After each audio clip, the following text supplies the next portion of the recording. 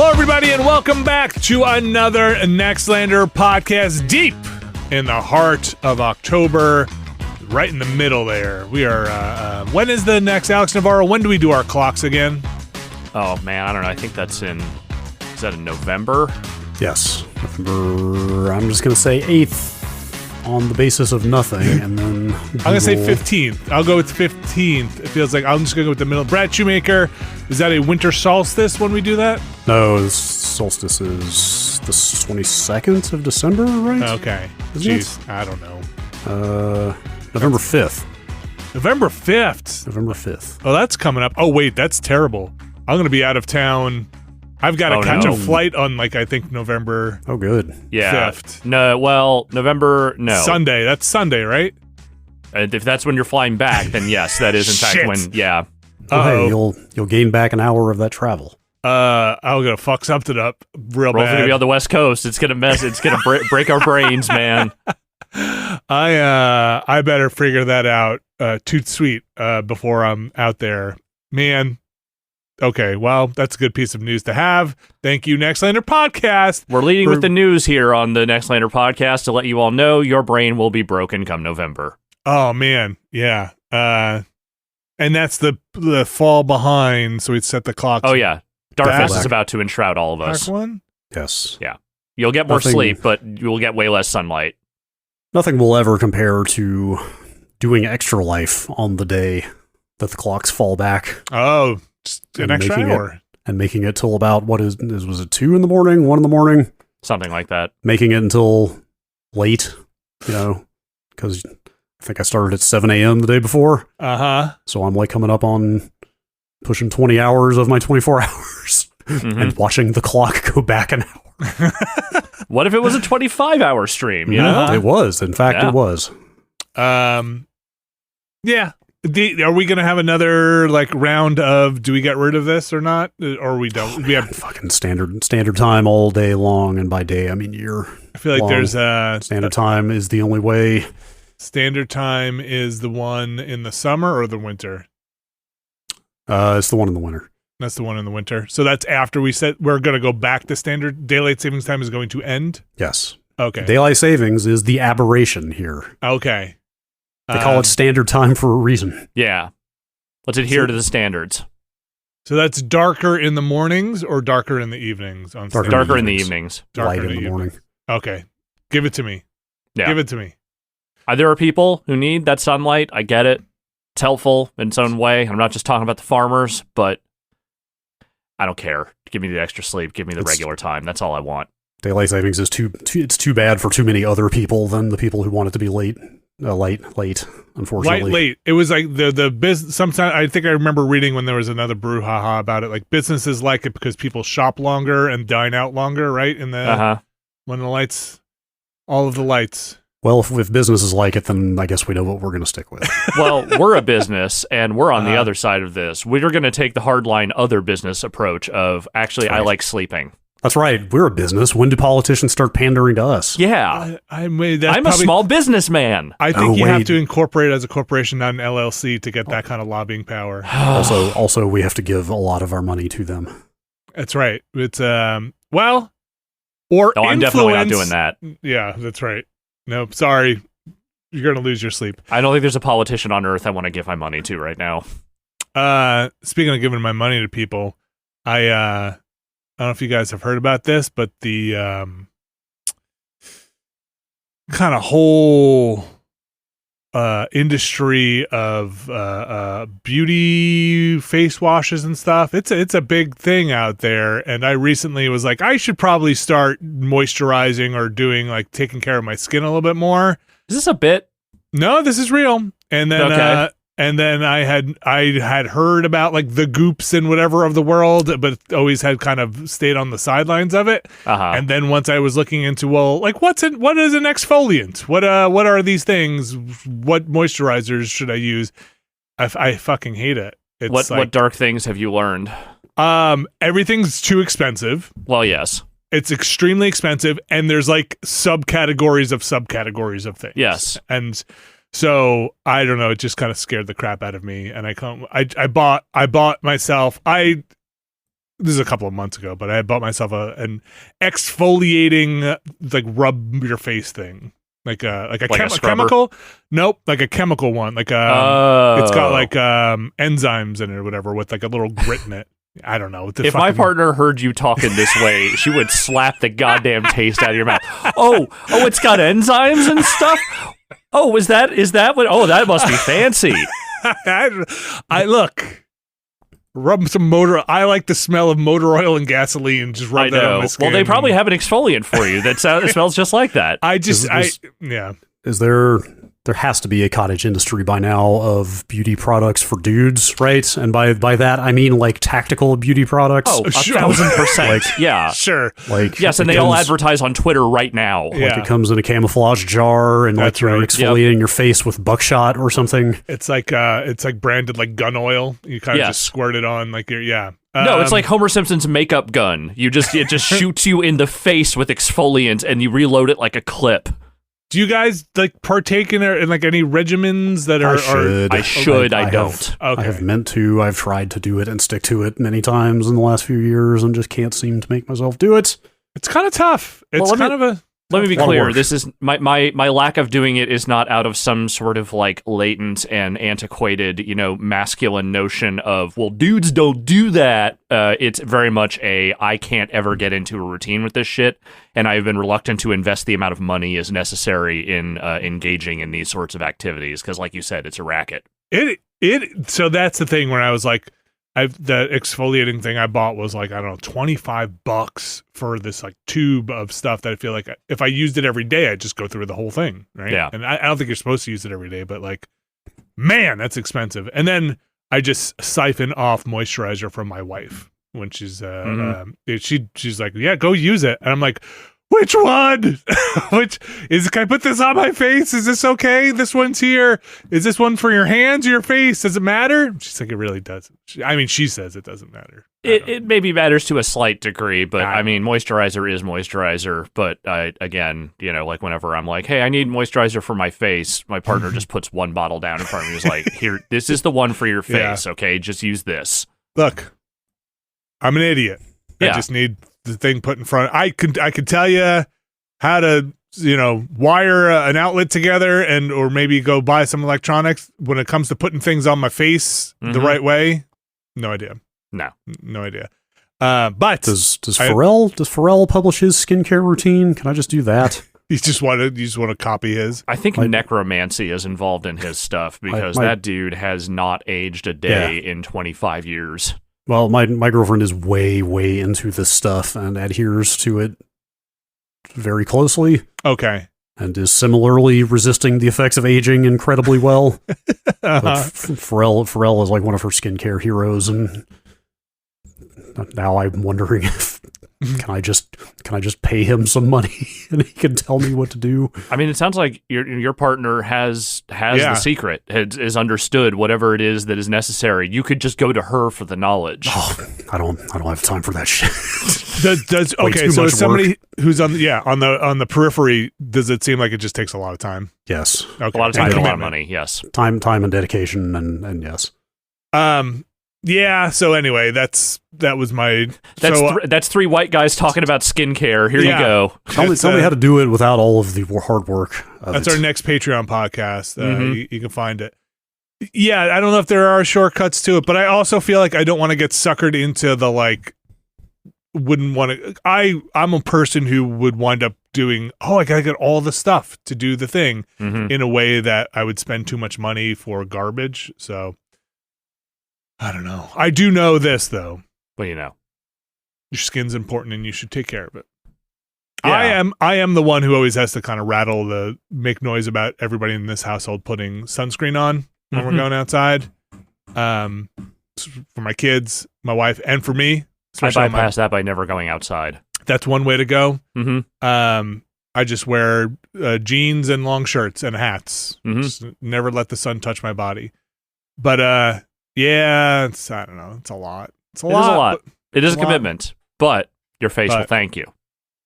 Gotta live with it. Once you realize you gotta live with it forever. Yeah. Just the whole thing. This is the moneymaker right here. I can't let this go too far because if it goes, Yeah. I got nothing left. Yeah. Anyway, moisturize. Your body will love you. If anybody has any good tips, message me. Easy tips that don't require any time. That's podcast at nextlander.com if you have great moisturizing tips for one Vinny Caravella. I think I had like pretty decent, luckily, knock on wood, aside from my teen years, pretty decent skin. So I was able to avoid it for a while.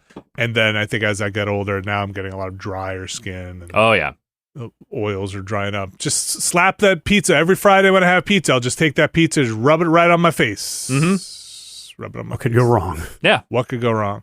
I was hoping like, oh, maybe I could wait it out until my son or daughter get it way into it. And then like I could just kind of piggyback like I do most things on their knowledge. So it's just like, oh, what are you guys doing? What should we buy?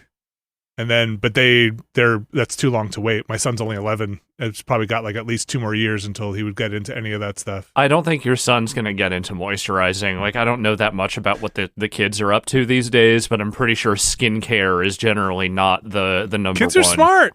Kids are smart. They're smart, but they also don't have a lot of expendable income to throw around, and that's where you really get tripped up there. But they do have birthdays. And I remember buying my cousins. If you buy me skincare for my birthday, you're not getting invited back to my party.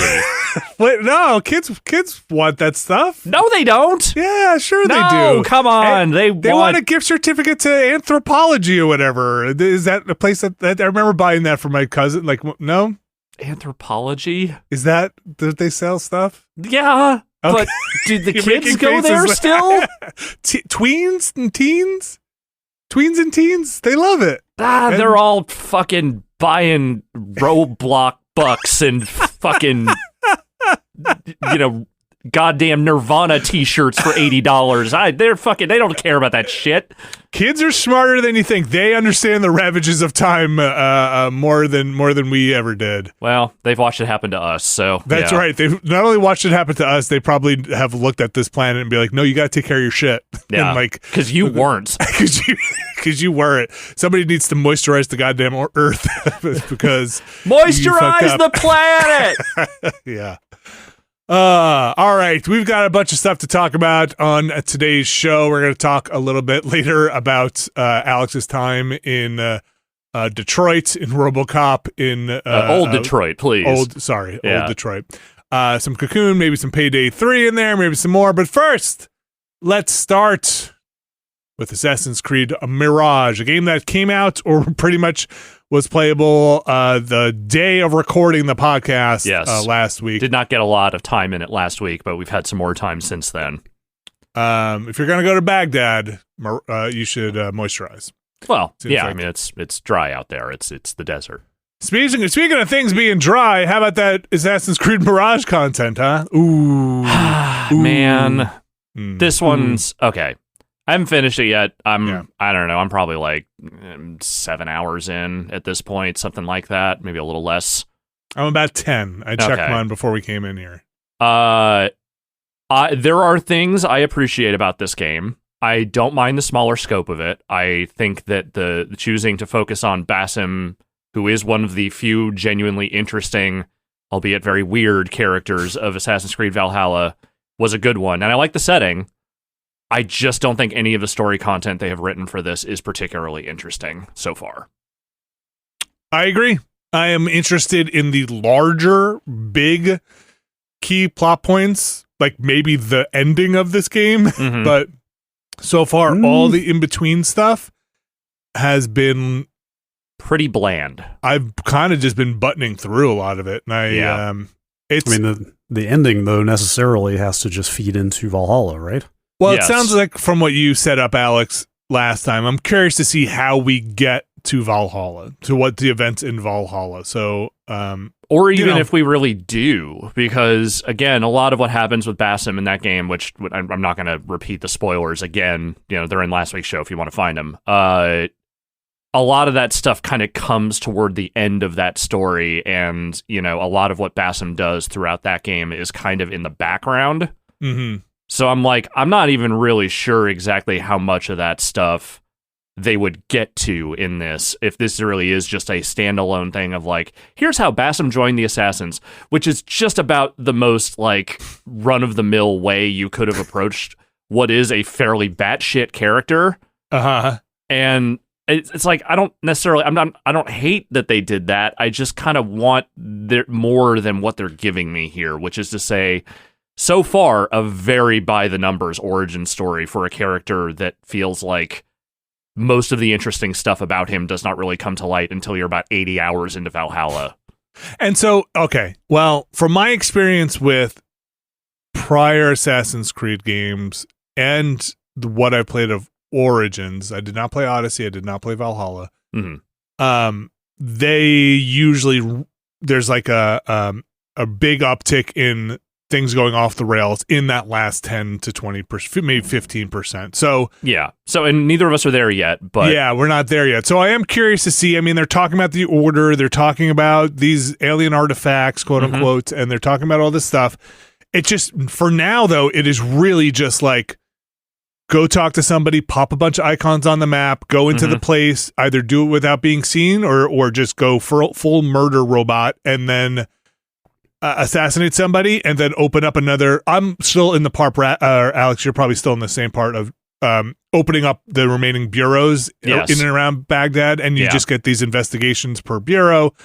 And so I've opened up 2 more of them, been doing the investigations as part of that, and it just doesn't, it's just like nothing, the breadcrumb trail isn't very enticing. It just feels very checklisty. And I think that's what's kind of bumming me out is that they like, again, I really like the setting. I think Baghdad is really, it's well rendered and like the fairly bustling for the scope of what they are doing here.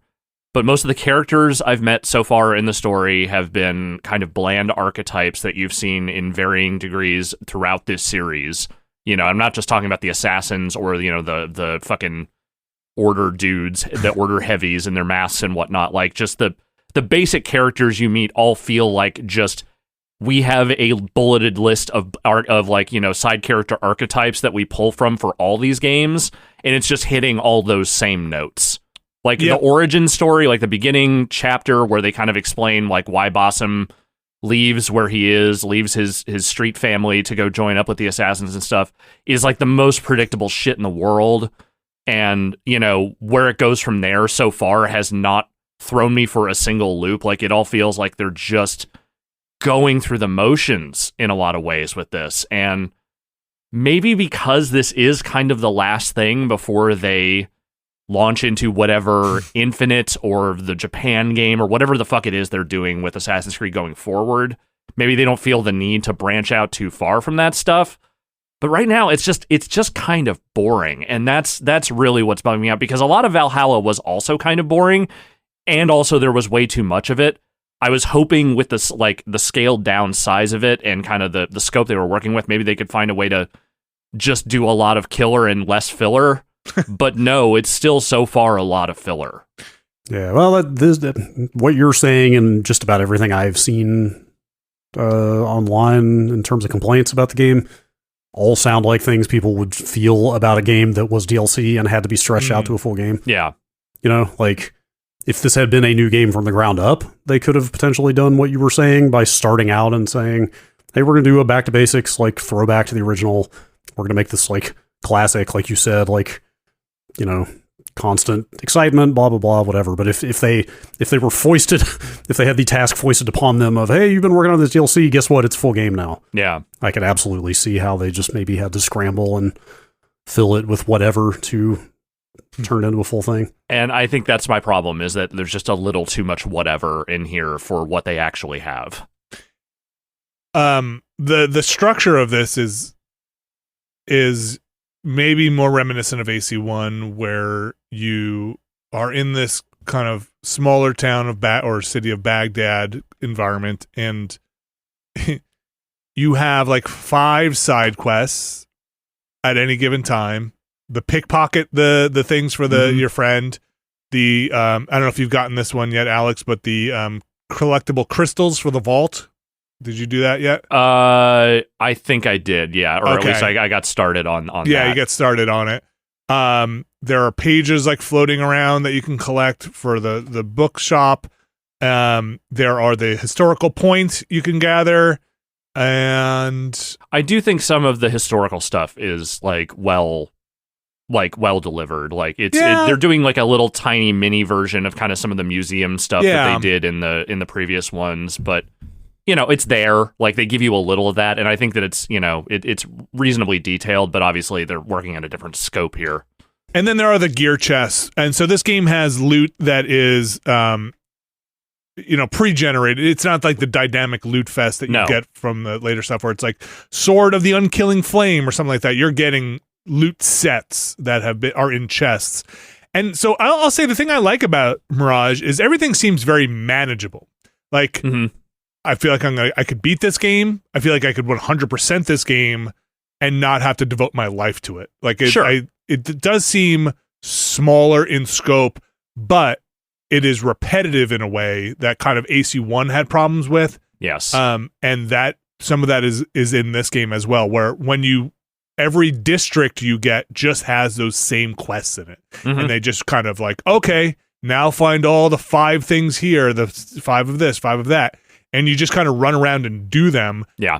And I'll tell you, the whole game sped up exponentially for me when I realized like 2 or 3 things. One, that you can break barred doors from the other side. You can throw a knife at the barred door from the other side. I was like, oh, you don't have to find a way. Oh, okay. That's how you solve these puzzles. And now that's done.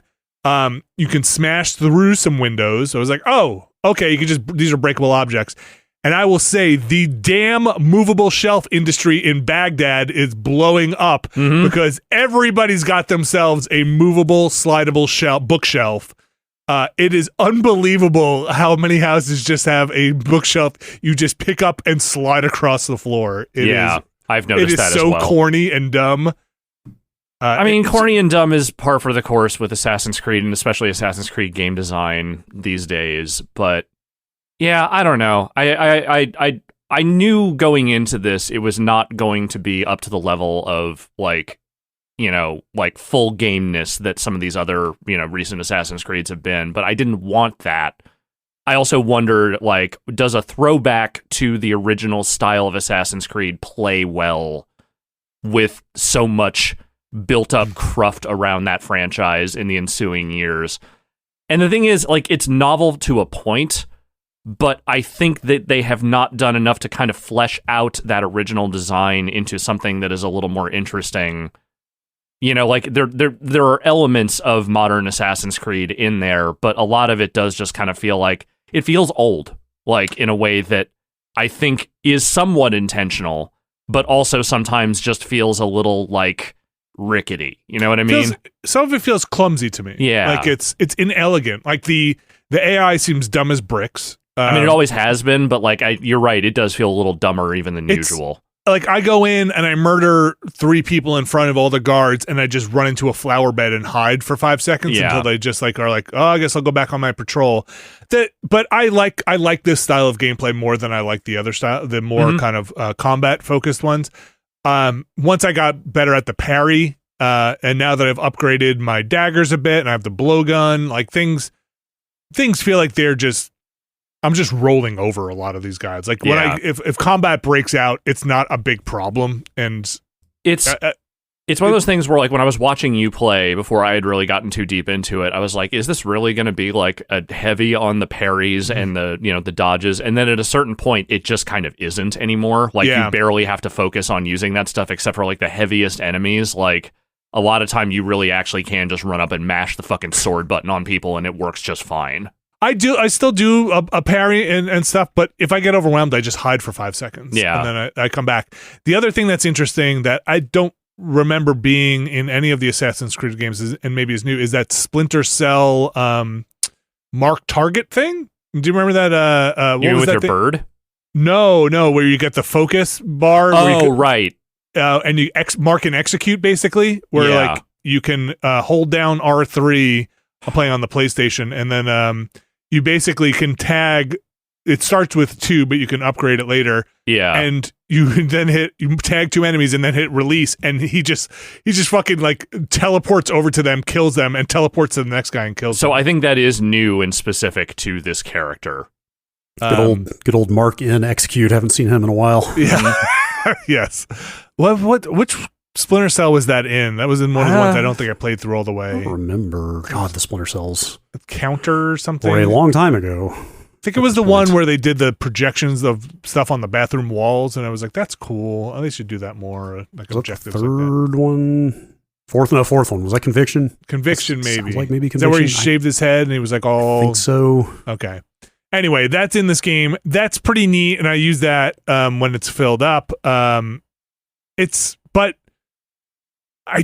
here's my thing, Alex. I just feel like there are 0 stakes in this game.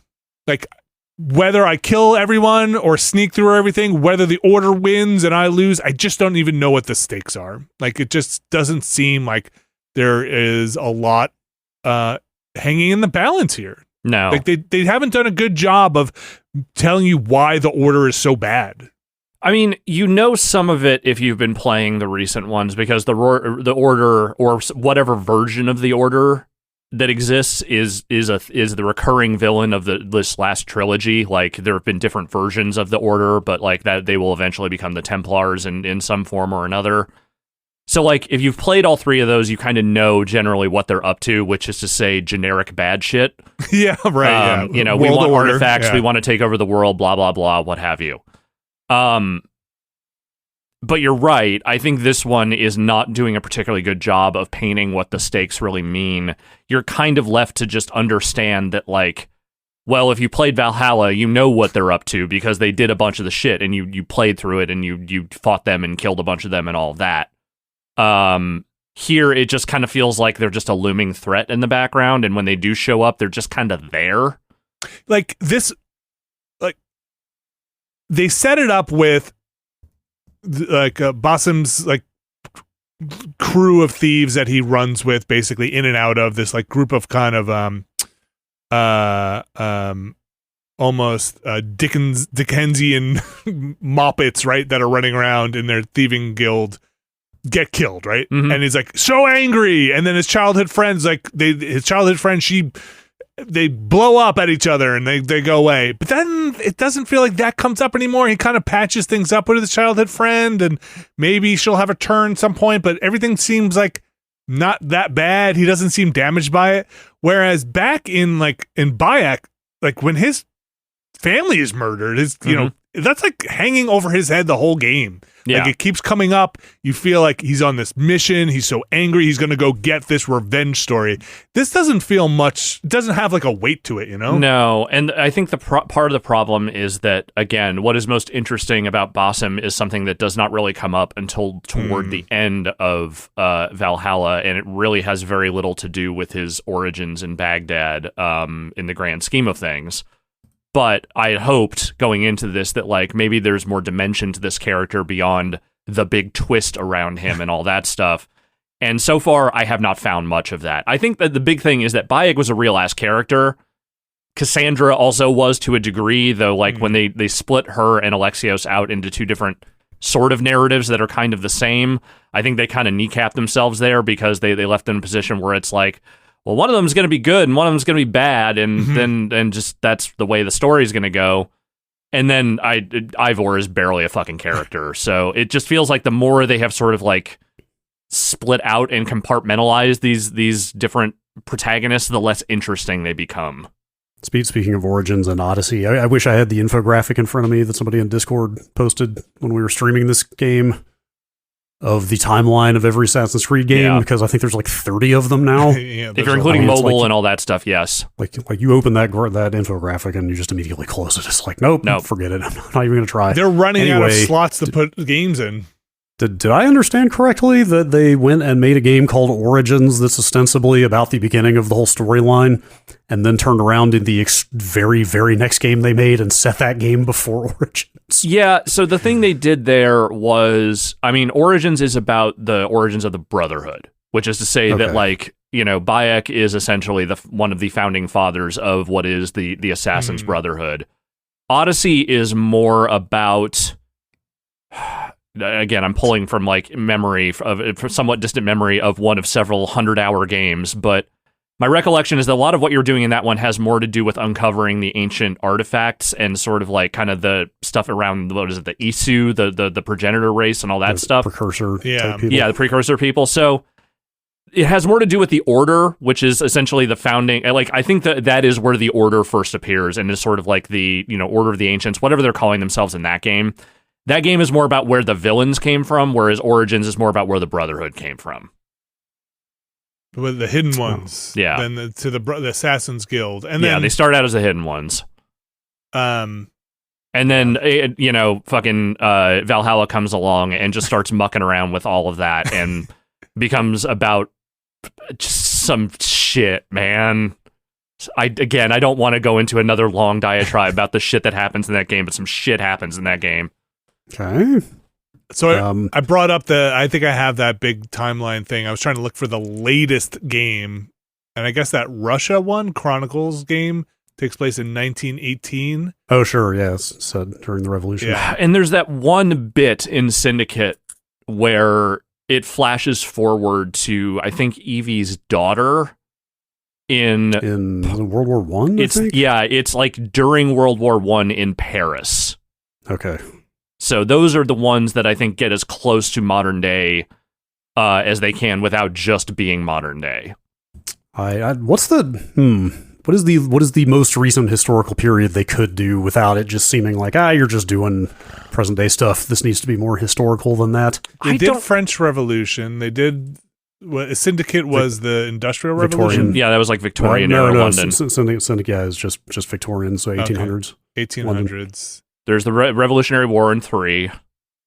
Oh yeah, okay. Like I feel like they could not get too deep into the 20th century before people would just be like, this doesn't feel historical, or like this does not feel like antiquity anymore. Yeah, I feel like World War II is probably as close to if you did like a Vietnam Assassin's Creed, I feel like you're pushing it, but like a World War II I think is probably the cutoff, right? But here's the thing though, like we're again, remember our brains are kind of broken by the fact that we were born when we were, and so those eras don't feel particularly old to us.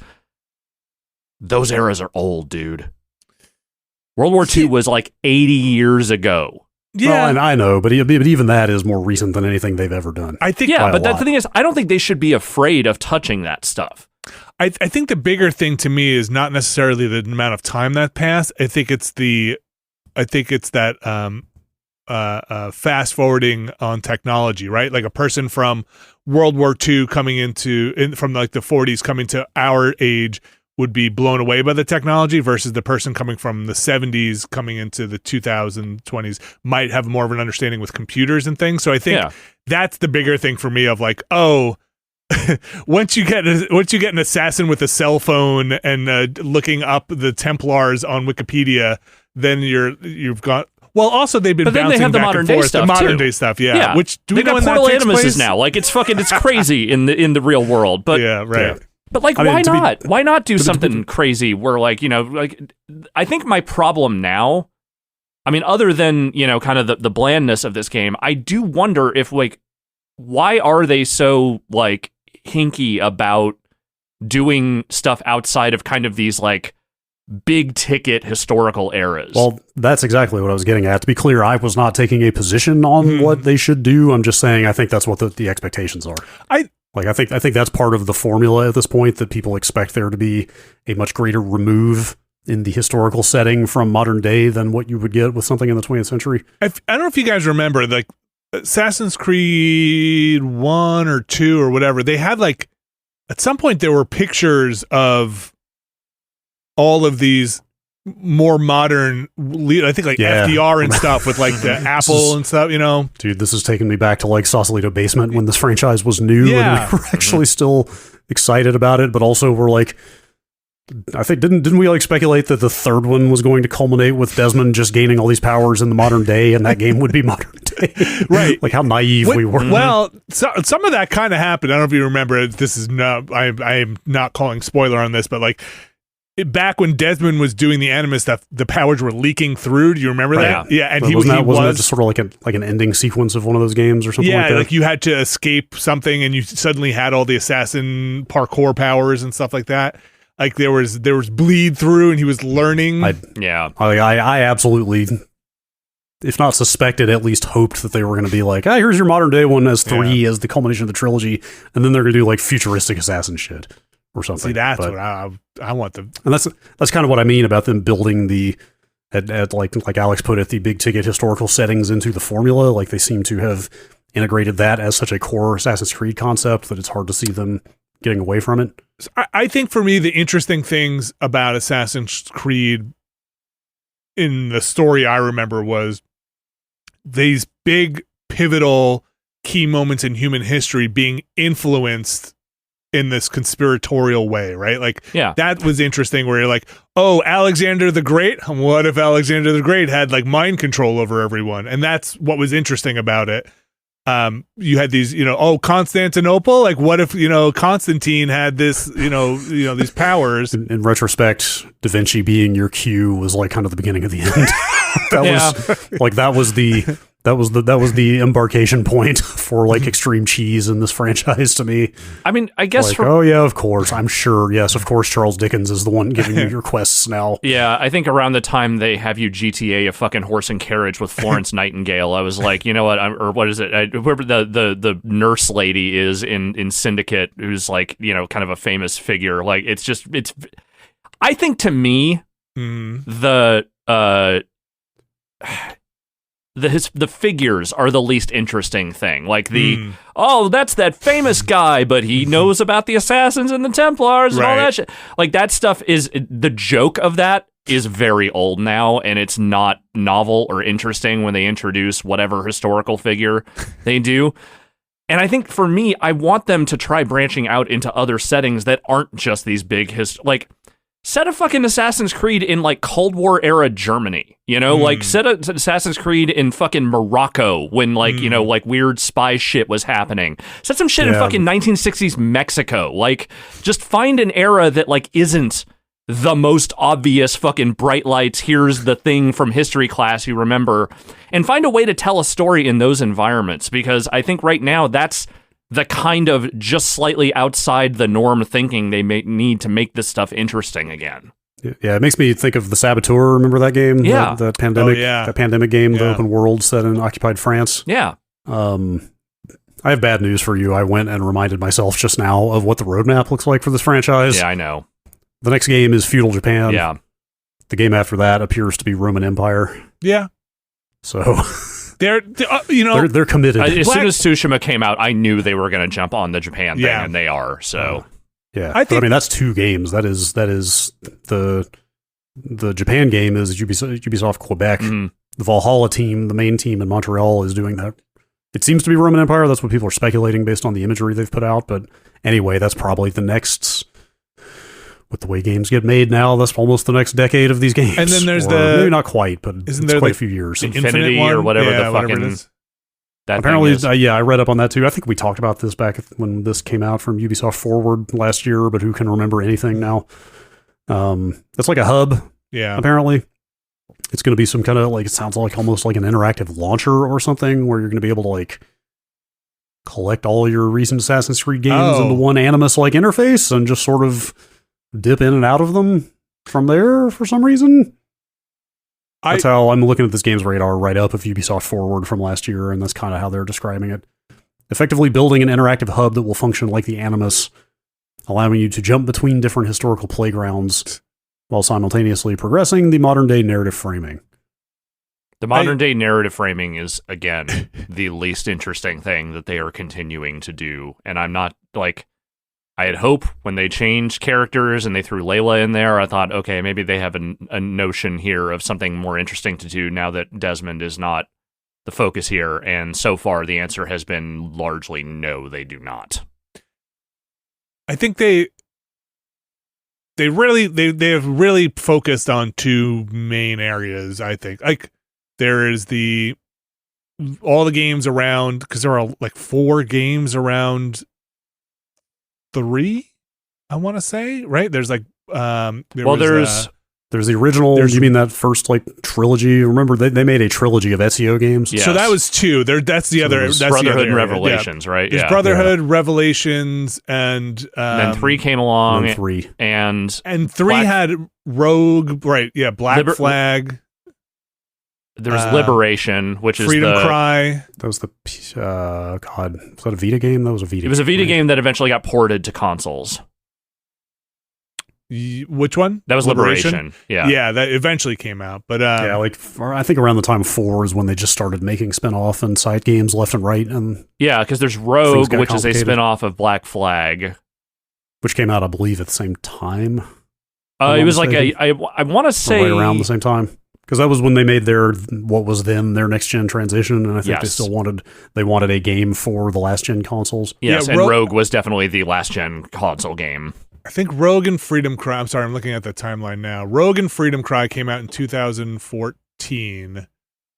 Black Flag came out in 2013. 3 came out in 2012. Liberation came out in 2012, and then Unity came out in 2014, and then they kind of wrapped up their 18th century. Yeah, so basically Unity was a historic disaster, no pun intended, if you remember. Oh, I remember. I reviewed it. Syndicate was already too deep into production, I'm sure, to put the brakes on that when Unity foundered, so they went ahead and got Syndicate out there, but then that was when they took their big break. There's truly nothing more mystifying to me than the people that are trying to say, actually, Unity was good. No, it wasn't. Like, they did fix it at a certain point, but also that game had the single worst protagonist of just about any of these games so far. But then it looked very good. It was nice, but it was janky at launch, and also the mission design in that game was not great. That's kind of where I started. That's kind of where I got off the train. Unity, I didn't play Syndicate. I played some for work.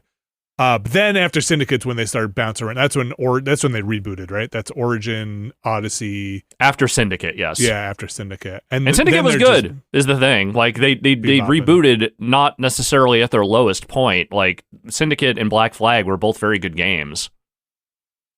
Well, anyway, now we're at Mirage, which will put a kind of a coda on Valhalla, and then I'm curious if with this Feudal Japan one, if they kind of... No, you don't think they're done with Valhalla? Well, done is such a weird word to use here because there is the whole aspect of those games, which is, again, the modern day stuff, and where they leave things with Layla is in a state. Sorry, I mean more of the time period. Like, we'll see, like the 800, like the 9th century stuff. Yeah, but I will say I also don't think we have maybe heard the last of Bassam following whatever's going. I mean, again, we'll see how this game wraps up, but like I feel like with that character is probably not done after this. But I wonder if they'll block out. I wonder if they'll go back to more of the 4 games in a certain time period once they get back to Japan. Like, if we'll get Assassin's Creed, what will be 5? If they put a number on it, even. They won't, and I'm telling you. think It'll just be Japan? I really hope that if they are going to try and tie that stuff together, they have something worthwhile to tie it all to, because that's been the bigger problem for me with that last trilogy, is that while I think some of those individual games were good, the larger narrative they were trying to spin out from those is not interesting at all. Yeah. Also, I mean, even just taking the mainline games into account, the next one would be like what, Assassin's Creed 11 or something, something like that. If you were to count like Odyssey and Origins as a number, those definitely are mainline games. Yeah, they should just stop with the numbering. It would be like, hey, well, they haven't done one in a while, is the thing. Like they have not used a number in some time. Black Flag was the last one. Did Black Flag even? have it was a number? Assassin's Creed 4 Black Flag. Yeah. Okay. Anyway. Assassin's Creed, Mirage. While I like the scope and the scale and I like some of the mechanics, it does feel a little thin and also just not narratively compelling. Like, a little bland. That's a little bland. But I think I'm going to try and finish it. Like, say, like, my negatives aside, there is very much a checklisty thing about it that is very easy to just point Bassam in the right direction, hold down X, go, and when you get on a murder tear, it's pretty satisfying to just wipe everyone out. the really zero consequence. We're just going into a restricted area and just wiping out everybody in that thing. At least not one that I find. You do get contracts that say don't kill anybody to get the full bounty on the contract, and I'm glad they have a quick save in that game because I just quick save before I go in there and do my contract. That's Assassin's Creed Mirage. That is out now. What is it? $50, right? I think it's $50. Yes, yeah, good on them. I mean, we probably said it already, but good on them for not at least pushing it to $70 if they didn't feel it was a full thing. Yeah, I remember somebody saying when we were streaming it on Friday that the game they think was only like 25 hours ish or so. I'll see where I net out maybe after this weekend and whatnot. All right, we're going to take a break. We're going to come back. We're going to talk maybe some Robocop. Drop it. Don't move. I don't know. Robocop quotes. Stick around. We'll be right back. Of some while we're on break. Yeah. We'll be right back. And we're back. And let's talk about the Robocop Rogue City demo. Alex, am I our Robocop expert? You are, I think, out of this room, the Robocop expert. Would you buy that for $1? I might actually. Okay. Maybe not the demo, but the full game. I might have to consider it. So this is live. You are podcasting with me. Okay. What can you fly in the demo? No. Okay. No, that's a Robocop 3 thing where they give him a jetpack. Oh, okay. It sucks. Okay, oh, well, there's Can You Fly, Bobby? But there's also Can You Fly, Bobby, yes. But Can You Fly, Bobby? So far, no Clarence Boddicker in this game. I mean, he does canonically die in the first one, so... So where is this taking place? That, I'm not 100% sure. Maybe someone can clue me in. Nuke is involved, so I assume it's somewhere in the neighborhood of Robocop 2. Interesting. Couple of things. I am our resident Robocop expert specifically because of my history with Robocop video games, and one in particular, namely the Titus Interactive early 2000s one, which is one of the worst video games ever made. Go watch the video, folks. Yeah, or one of them. There's two. There's the video review, and then there's the Game Spotting live video I did around that. It's two different ones. I got a lot of content out of that game. I also love that first movie, and that second movie's pretty good. Robocop 3 can fucking eat my ass, but, How about the reboot? How do you waste Rip Torn and Robot Ninjas? Wait, Rip Torn is in Robocop 3? Yes. He's the head of OCP in that one. What? I didn't know that either. Should we watch Robocop 3? Yeah. I mean, at some point, but it's not good. Let me just triple emphasize. Robocop 3 is extremely not good. I haven't even seen 2 since it was like new-ish. 2's all right. 2 at least has the spirit, if nothing else. It's still fucking weird to me that that's an Irvin Kershner film. Yes, the director of Empire Strikes Back made Robocop 2. All right, so that's my basic history here. And when I learned that they were making a new Robocop first-person shooter, my first immediate response was why? One, not a great history of Robocop video games. 2, we are so far removed from the heyday of Robocop that I'm like, who is this actually for? And presumably it's for the same people that would have bought that Rambo game from a few years ago, or any Terminator games, like people who are just want that 80s shit. Anyway, you can give it to them, and that's fine. Let me tell you right now, this Robocop demo, it's actually not bad. What are you doing in it? That's amazing to hear. It's okay. By amazing, to be clear, by amazing I mean like baffling. Yeah, I had zero expectations for this thing, and let me tell you right now, it is not great, but it is competent in a way that I was super not expecting. They are trying for some things, maybe not necessarily hitting all of them, but as I'm going to say 1 or 2 generations ago style of first-person shooter that also stars RoboCop and actually Peter Weller, though I don't think they got any of the other actors from the movies. They didn't do a bad job. From what I've played so far, it's like the shooting is reasonably satisfying. There is more to it than just walking around shooting bad guys, though that part is reasonably fun. And it doesn't, look, it's not a stunner, but it ain't bad looking. RoboCop model's pretty good. And you're first person RoboCopping. You are, though. There's cutscenes where there's you get to see RoboCop and the other characters, and there's a story. Like there actually is kind of a story here, which is to say that there's like a OCP shithead who is like saying, if it was up to me, we'd scrap you. RoboCop is having visions of his family again, so there's something weird going on with your cyber chemistry. And like Lewis is there, like, and is helping you in some of these missions. And the desk sergeant guy from RoboCop, the gruff guy, is also there, though again, not the same actor, I'm pretty sure. Let me take you through the progression of the demo very quickly. Yeah. Again, this is the demo, not the full game. Yeah, it's just the demo. But like it opens on like this, siege on a television studio where a bunch of generic street punks, led by a guy who I'm going to say looks enough like the dude from The Prodigy that his estate might want to sue.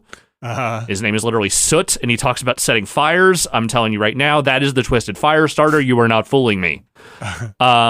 Anyway, they take hostages at the TV studio and they send RoboCop in, and so you're just kind of wandering through the halls, shooting guys and rescuing hostages, and every once in a while you have to breach a door, which gives you a little slowdown time where you have to shoot the bad guys before they shoot the hostages, kind of stuff.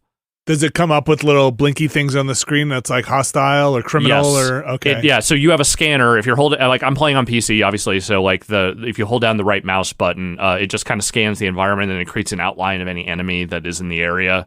Okay. The shooting has a decent amount of punch to it. You can use other guns other than RoboCop's pistol, though that thing has infinite ammo. If you ever run out of ammo with the other stuff, you can only hold one other gun at a time. RoboCop uses other guns? Not usually, but I mean, he's capable of it. All right. There's the one. Yeah, there's the one in RoboCop 1 where he gets the big RoboCop like elephant gun thing that he uses to blow some shit up. You mean the Cobra assault cannon? Yes. Thing that can destroy an entire car in one shot. Yes, that stuff is there's also the SUX 6000 is a car model in this. The 6000 SUX. I mean, the kind of stuff we're talking about is kind of dancing around the question I actually have about this game, which is there any hints of intentional or overt satire in this game as would be consistent with the film? Or is this just leaning into the power fantasy of being RoboCop and playing it kind of straight? It has hints of it. I don't know that this writing team has the chops to really pull out something meaningful, but like, you're walking by, there's like TV adverts, like on the TVs in the storefronts, like there's the when you open, like there's the news, like when they raid the TV station, like a news anchor is reading news reports like they do in RoboCop the movie, and they're all pretty grim but delivered with kind of like a cheerful smile, so it is kind of that tone. I don't think any of the jokes have really hit for me so far, but they're also not like unbearable. Like they're not groaners, they're just kind of like, all right, whatever, you're trying, I give you that.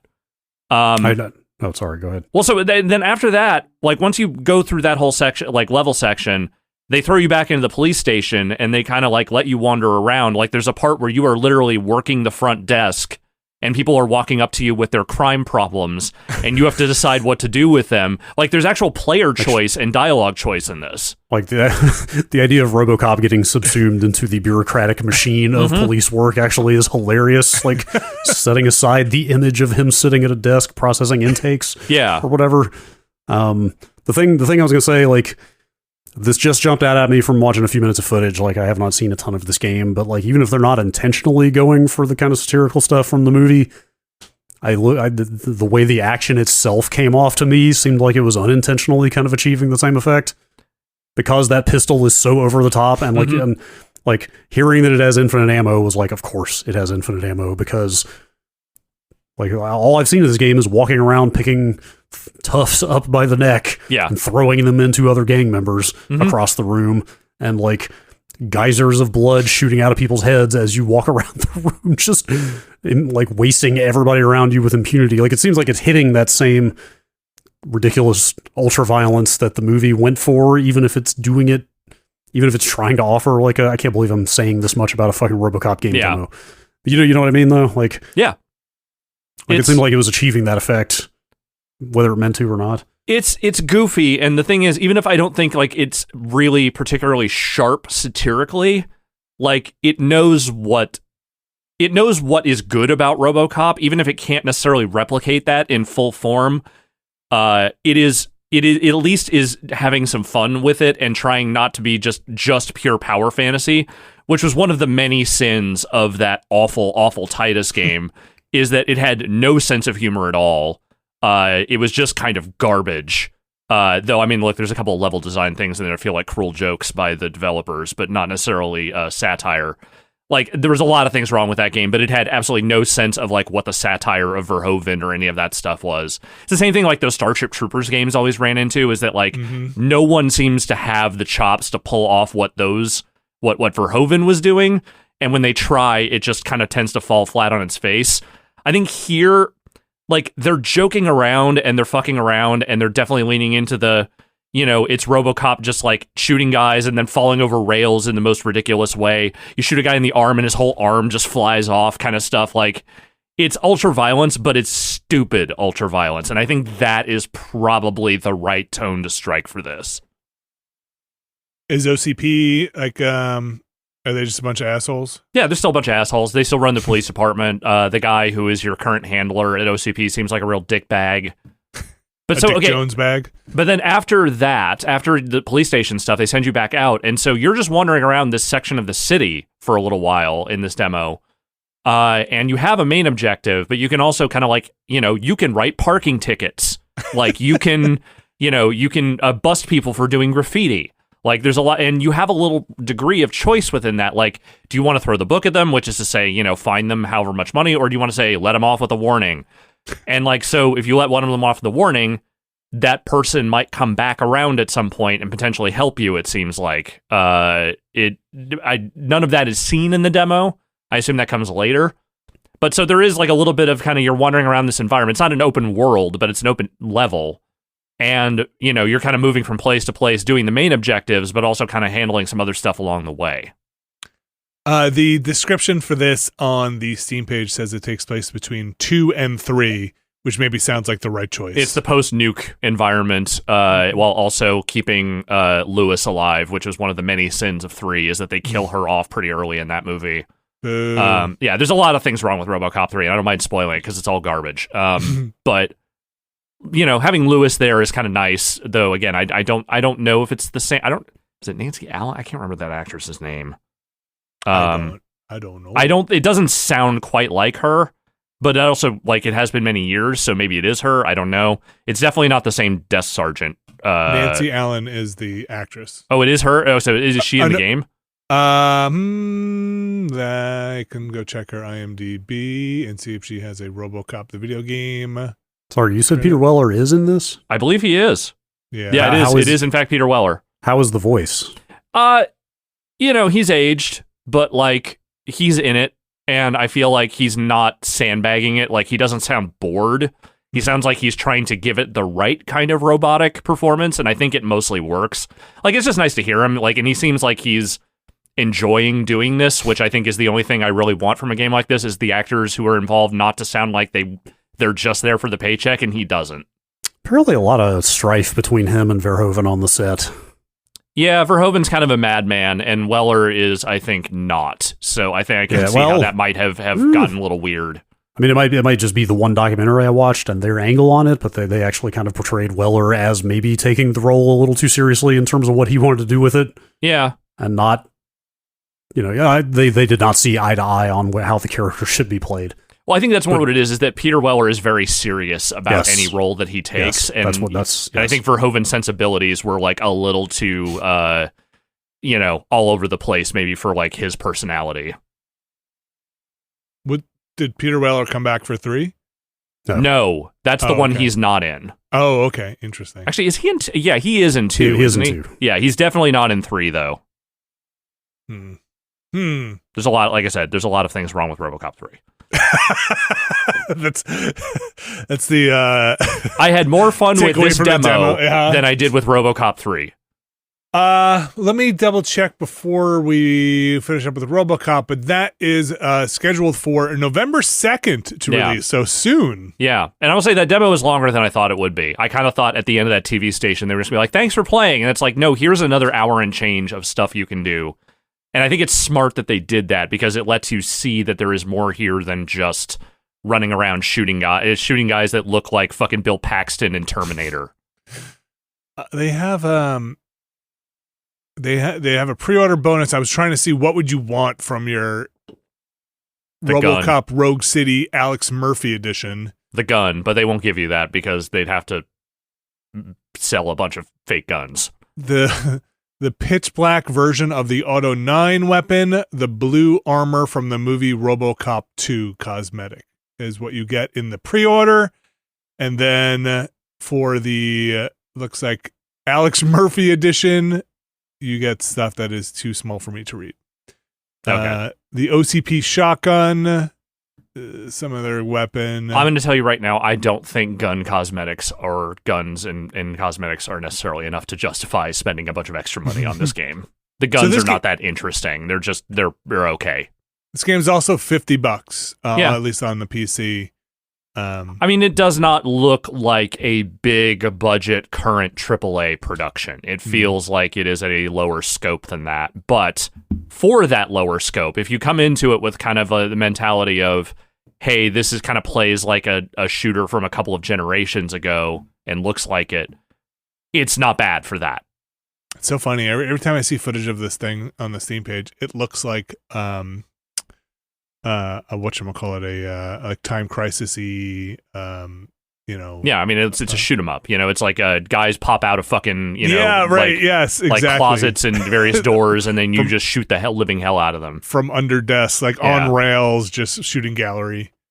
That is RoboCop Rogue City. Again, the demo up now. That demo will probably up then. Maybe until this game releases. Maybe, but Steam Fest is only supposed to be a week. I'll tell you right now, I had zero expectations for this thing, and having played this demo, I'm like, you know what? I kind of want to play this full game. Okay. So that is like the best thing I can maybe say about it.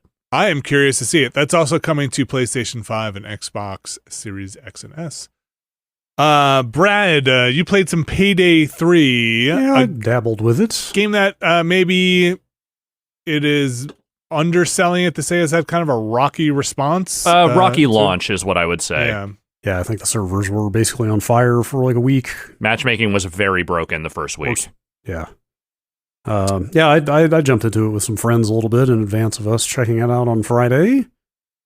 And all right, so yeah, I may have played Payday 1 and or 2 at some point in the distant past, but it's been so long I may as well not have.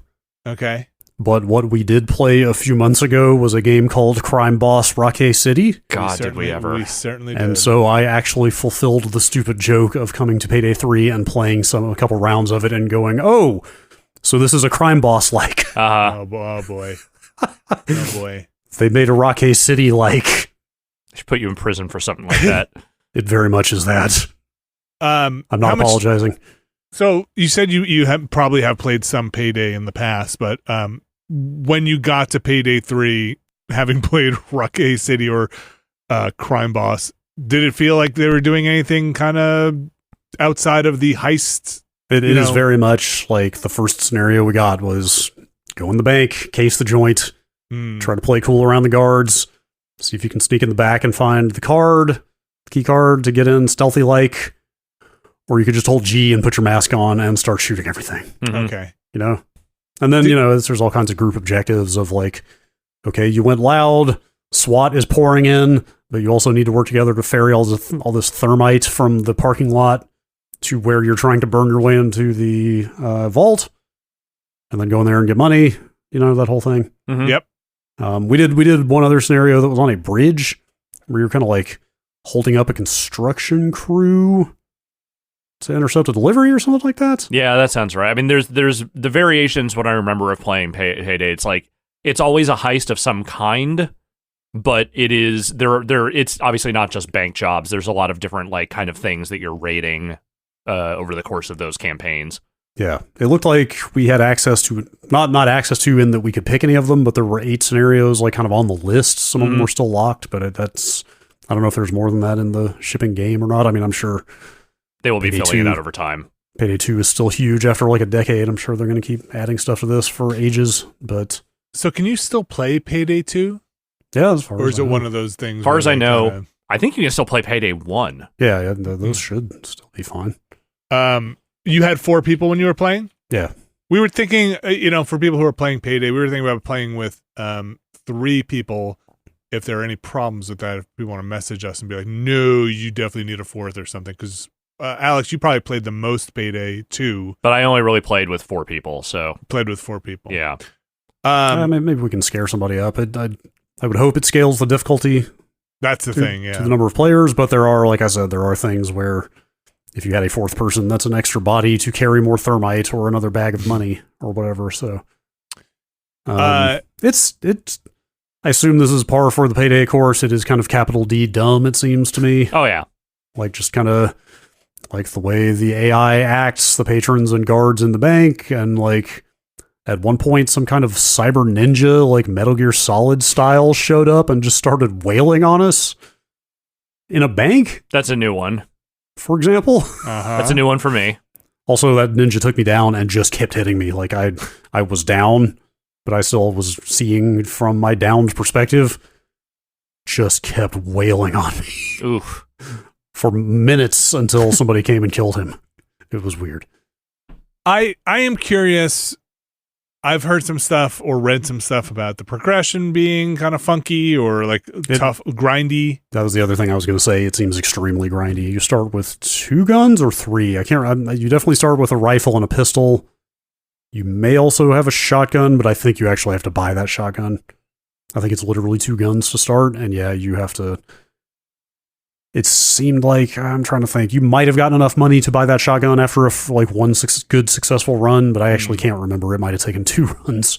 Like, it very much seems like you are going to have to earn a lot of money to buy guns. You're going to have to grind a lot of experience because there's different kind of class tracks that you unlock special abilities and stuff in. Mm-hmm. But even then, you have to like pick which one you're quote unquote researching. It's like, oh, I want to research this.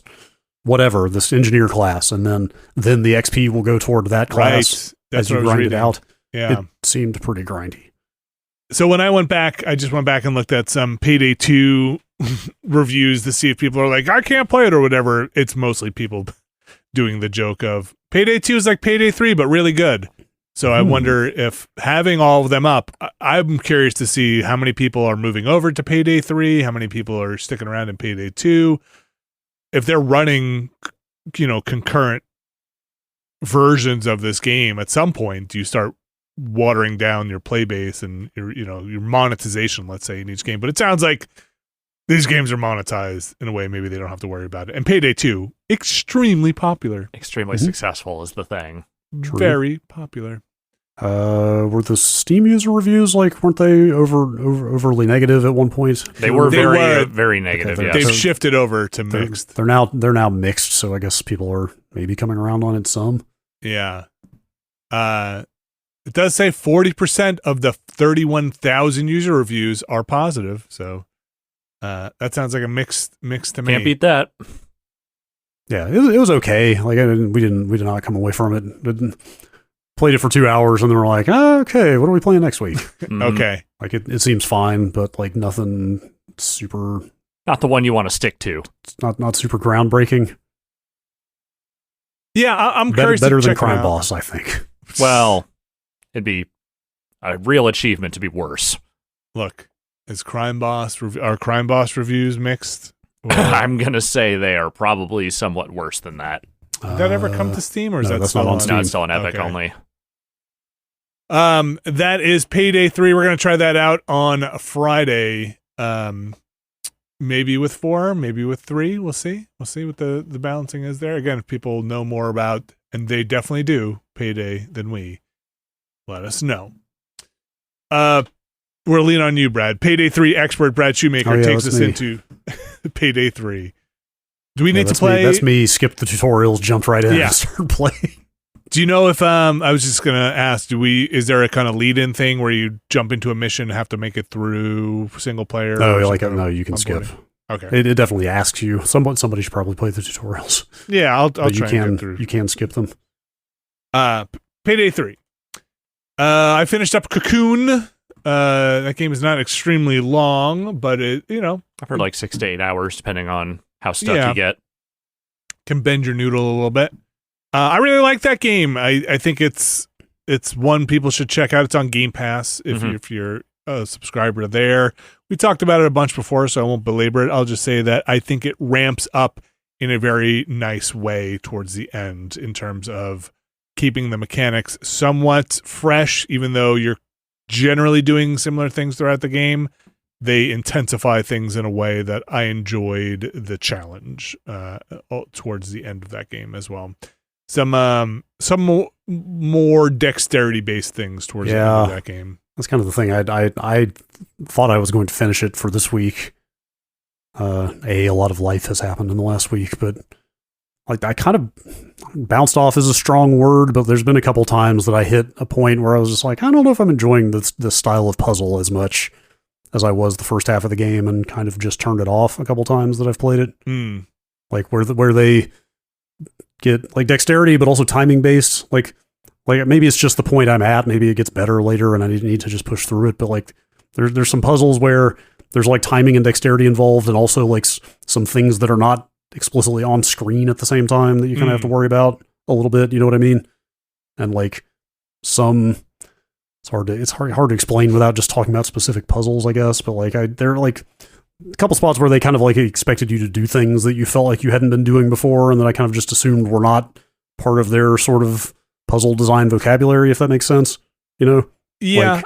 Like I went and looked a couple things up because I was like, fucking, I don't see anything else to do here. And then it was like, oh, you wanted me to go back to what I consider the last puzzle that I already finished. Yeah. And like grab a thing and pull it over toward me. Like I feel like up to a point, the puzzles feel very self-contained. It's like, hey, like kind of that this siloed off puzzle is the puzzle, and you're going to solve it, and then you're going to move on to the next one. I do feel like they break that once you have all the orbs and you're in the like last the last chapter, and then they kind of, I feel like all bets are off in terms of what you're nesting inside of other things, and what can permeate through worlds and what cannot. And I mean, I think I said this exact thing last week of like, hey, just like think about what things you could mix up with what other things, and then I went and immediately broke my own advice or whatever. But there's just been a couple spots where I was like, oh, I didn't realize like the stuff I've already done a couple minutes ago is still technically within the scope of this puzzle, and I need to go back and like pull a thing over. I absolutely had to look a thing up, or at least one thing, because you can and it's one of those games where coming back to it, if you took a break, you're like, the fuck was I doing? That also did not help. Like what world had I explore? Because when you have all the nested worlds to explore and you're mixing and matching and pulling things in and out, I just got completely stuck on one part where, sometimes you have to come back to a thing later, and I was like, how do I get past this? It turned out I wasn't supposed to be at that part yet, and I was trying to really brute force my way, and there was a whole other path, and it becomes you have to have the right combination of things in the right sequence to get through parts, and I just was one off on that juggling trick. But that only happened to me a couple of times, and then I think the dexterity stuff, the timing stuff could be a little funky. I never had too big a problem with it, but there are things that are just like, that's fun and annoying. I don't know if that makes sense. There are things that are fun, but also like, oh, that's an asshole thing to do. Oh, every time I hit this button, this moves the other way. Oh, okay. Like, I know exactly what you're talking about. It's clever, but also like, come on. Yeah. Generally doesn't overstay its welcome, and like once you get the hang of it, I think it's okay. But definitely a great little game. I want to see the end of it just because like the presentation is so creative and everything. It goes on maybe a little longer than I thought it was going to go on. Like once I had all the orbs and I thought I was going to finish it up at like 96%. That last 4% felt very, very long. Maybe it's just because the puzzles got a little more involved. That is Cocoon. Again, that's on everything and on Game Pass. And then finally, before we get out of games here, we, the normal people, have been playing a lot of Remnant 2. I said I wasn't going to bring it up, but you... I did. I was like, okay, well, if you want to talk about it, I'll happily talk about it. I more wanted to talk about the Remnant 2 situation more than the game, where I feel like it became very clear in our last stream that 2 out of the 3 people have gone down a Remnant hole where it is all about the spreadsheet of things you could get and the branching paths. Did you see that spreadsheet on the Discord? See that spreadsheet. That thing's incredible. I have made a copy to my own drive. Versus, are we here to have fun and play this game and just run around and have a good time? Or are we... No, we are here. And Remnant agrees, I think, with me and with Brad that, no, you are here to go back in and see every permutation and get the good stuff. Because Remnant 2 has built into it the adventure mode to re-roll these worlds. And it's very funny to me now that it's got a quality to it that just makes you want to go do the dumb Dark Soulsian stuff that's in it that is impossible to just stumble into. I'm going to say impossible. It's impossible. Like, impossible. Absolutely. Yeah. Like, I think we were seeing about 10% of what is in that game just running through it without looking anything up. Mm-hmm. So the incident, and I was really enjoying that 10%. The incident that occurred was we were doing a thing. We had received an item, like a material that when you turn it in through very obscure dialogue checks, one will give you one item, and then refusing will take you down another path to get another item. And somebody in our Discord was like, "Oh, hey, heads up! When you go to do this thing, you're going to have this choice to get these two items. Not really clear how you get the items. You're just going to have this choice." And then I think, Brad, you kind of accidentally went down the path of getting the one item we didn't necessarily want as much. Yeah, I mean, the mistake, we're streaming, so I was not exactly looking up wikis and like eyeballing specifically what to do. To be clear, the desirable item was an amulet. Yeah. Like the one that we wanted was an amulet. I believe the one we ended up with was a ring, and there's the extra context of there are a fucking bajillion rings in this game. Mm-hmm. Yeah. Like way too many rings. So the insult to injury that was added was not only did we not get the item we want, what we ended up with was another ring. But I think it was an amulet or a relic. I think we wound up with a relic, but also the relic. The amulet was something that was like reload time is faster, and all of this is faster. It's and like the amulet, and to be clear, this isn't a game that builds ammo scarcity into its basic design. Yeah. Not only does it make your reloads way faster, but it also takes basically half as much ammo to reload the gun to full. And the relic wasn't terrible, but it was like, I'm pretty cool with the relic I have. And I could have sworn it was a ring, but I guess not. It might have been, but anyway, we were like, once we, like Brad, you and I realized that we had gotten the wrong thing. I think our initial instinct was like, bail out. We'll like just reload the save and we'll go in. F4 before it auto saves. And I think, Alex, you were like, what the hell are you guys doing? Let's just play the damn game. Which was very funny to me just in terms of where our heads are. It cracks me up thinking about it. It's just, I'm here for the experience. It's like, if I don't roll into the perfect thing the first time around, that's fine. I can always go back if I feel like it. But, I just kind of want to see where things go. I don't need to get the most perfect item every time. What if I told you that by shooting faster and harder, we could play more of the game? But it is also a thing where, like, look, we may or may not have that amulet in the next session also because we've replaced it because you can only have one amulet slotted at a time. Seemed like a pretty good one. But the game itself also has a side, Remnant 2 has a side activity you could do to re-roll areas. Yeah, you can re-roll specific worlds to get other versions of them to get the stuff you missed. It's a wild game anyway. That's mostly what I wanted to genuinely, talk about. I think if we re-rolled that world put it on the lowest difficulty and skipped all the side dungeons, we could probably get that thing in like an hour and a half. You think in an hour? Yeah. I can't remember what the mainline stuff was we had to do. It was like get some sparks. It's not that much. Like, right? So I finished I swore I wasn't even going to get into this week. I finished my second Geisha playthrough, which is the first world we did, the kind of forest world. Yeah. And each world has two storylines, and I did the second storyline that we had not seen on this first second run through it, this first adventure mode. Yeah. Even doing this other storyline that we had not seen, so I was seeing all new story content, it still felt like it went by really fast because probably 2/3 of the side dungeons I got on that reroll were the same as we had already done. Okay. So I just skipped them. I just didn't even do them. So because you're just going to get materials instead of the item. Yeah, you've already gotten the stuff. Unless there's like something out of there you missed the first time and you want to go back in and get it, you can, but I just did what was required basically, and it was like it did not feel that long. Did you wind up ever getting that save inspector to see what items are available in your save? Ridiculous! What a ridiculous game! It's awesome. It's a lot of fun. I'm always curious to see when we get back together now what fun toys you have brought back from your From your multi-dimensional. Probably won't have anything new next week with Spider-Man. We'll have Spider-Man to talk about next week and stuff. So there's actual other games that need to be played. You'll be in some kind of spider suit slinging webs. But we'll see. If I end up making a run for that amulet, I'll let you know. Okay, please do. That I think is going to do it for the games. Unless there's anything else I'm missing. You guys get into anything? I'm trying to think. It was mostly Assassins for me, and Spider-Man stuff we'll talk about next week. So that's Assassin's Creed Mirage, Robocop, Cocoon, Payday 3, and of course Remnant 2. We're going to take another break here, and we'll be back, and we'll be talking about the news. I'm just going to say this. Weird news, weird little cycle. Very weird week for news. Yeah. Stick around. We'll be right back. And we are back, and time for the news. No, you love it? It's not. No. You love it. I've never loved the news. Love it. Alex loves it. Brad, you love it so much. You put at least 4 to 5 great stories here that I love. Mm-hmm. Where do you want to start?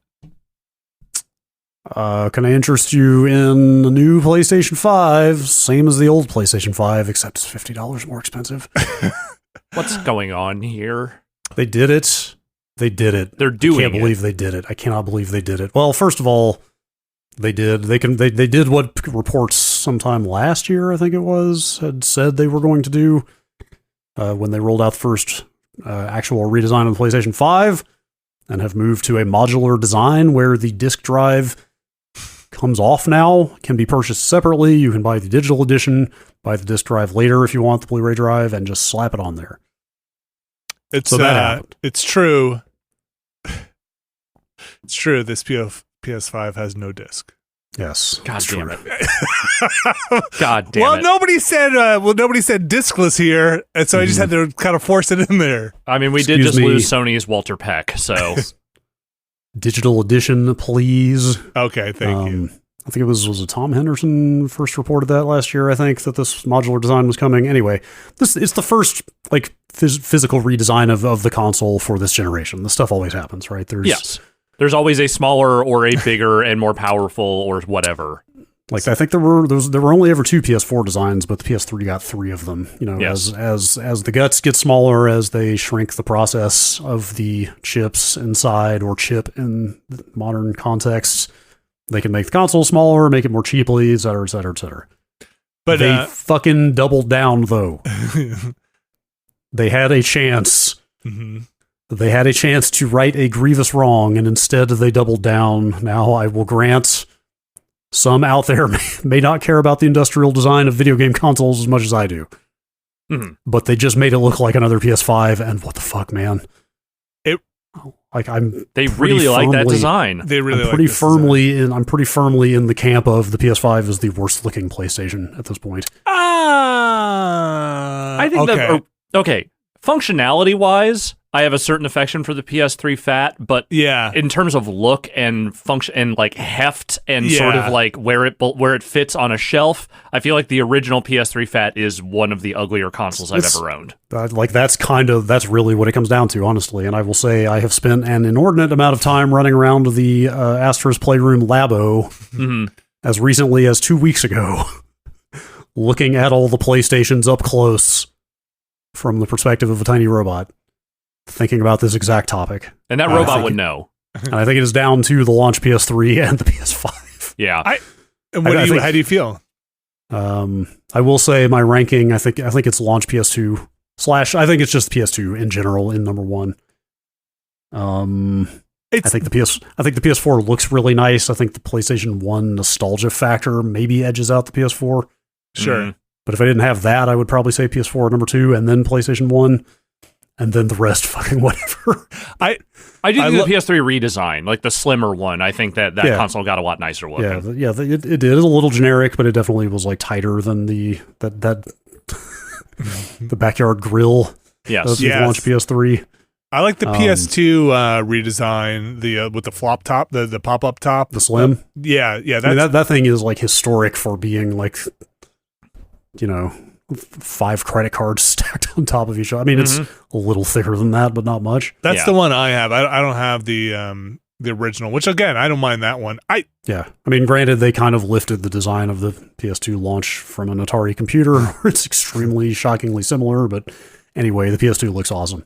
I'm going to go with Alex. I think PS3 original is pretty rough, but this one feels like it's overreaching. Like the PS5 felt like it went too far into let's make it like desktop art, and in a way that is like, I think you've gone too far in the form over function, whereas the Xbox Series X, I'm like, that's a damn nice cube. Yeah. That is just a nice rectangle that I can put my Switch on top of. Yeah. I think paradoxically, the very simple design of the Xbox Series X turns out to be pretty bold. Yeah. Because it's just a fucking giant black brick. Yep.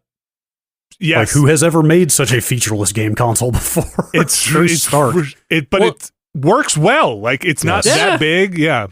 It's fine. Like, the jokes you can make about it are mostly just 2001 jokes, and that's a good movie, so that's not a bad thing to be associated with. But sure. Yeah, I don't know. Like, to me, the PS5 is a bad sculpture in front of, like, a fucking, like, BMW offices. Like, it is just bad corporate art that exists solely to sit in the middle of a fucking plaza where people are eating their lunch grumbling, It not only looks like that, it looks like the weird concept designs for that ad campaign from the mid-2000s of, like, here's a fake commercial for the PlayStation 9. Yeah. Remember that?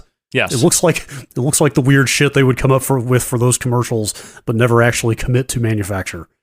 And yet here we are. Is this thing smaller? Yes. The new one? Is it much smaller? Not much. Okay. A little bit. So, I mean, I think it's telling that the stats they lead with here has been reduced in volume by more than 30% and weight by 18 and 24% respectively. Okay. Like, they're talking more about total volume and weight than, like, specific dimensions across width and depth and stuff like that, because people have scaled these photos to photos of the original with the kind of disc slot as a reference, and it is smaller, but not that much smaller. Okay.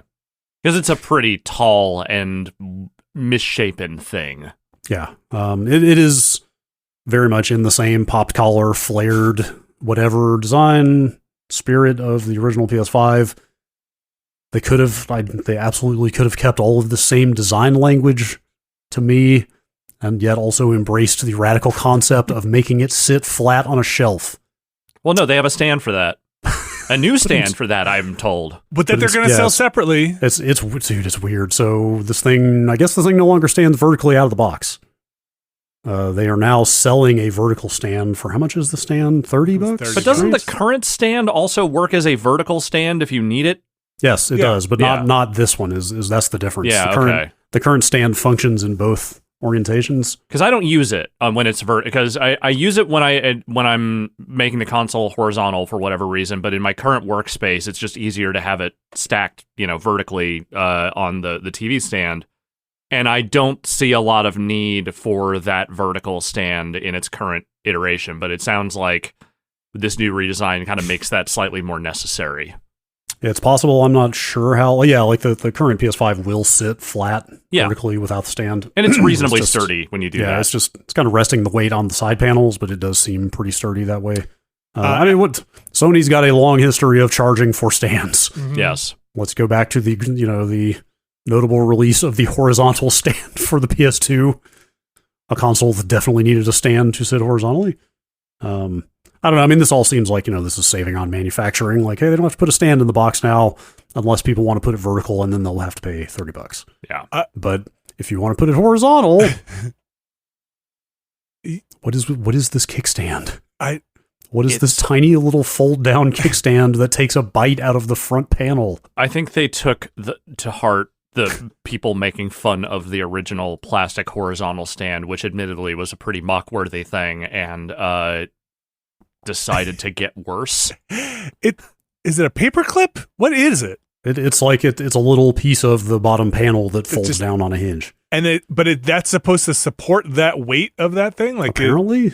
Remember, there's 30% less volume, so it should be not as bad. Because I'm sorry, maybe I missed the picture, and if I did, I'm sorry, but is there a picture of the digital version going sideways? Because on the one with the disk drive, it looks like the disk drive is supporting a lot of the weight. I had wondered the same thing, like how does the digital only version sit flat? Because I don't think they have put out it may not need that kickstand. Maybe it just doesn't. Maybe the digital only version does sit flat, but they have not put out a shot of that I have seen.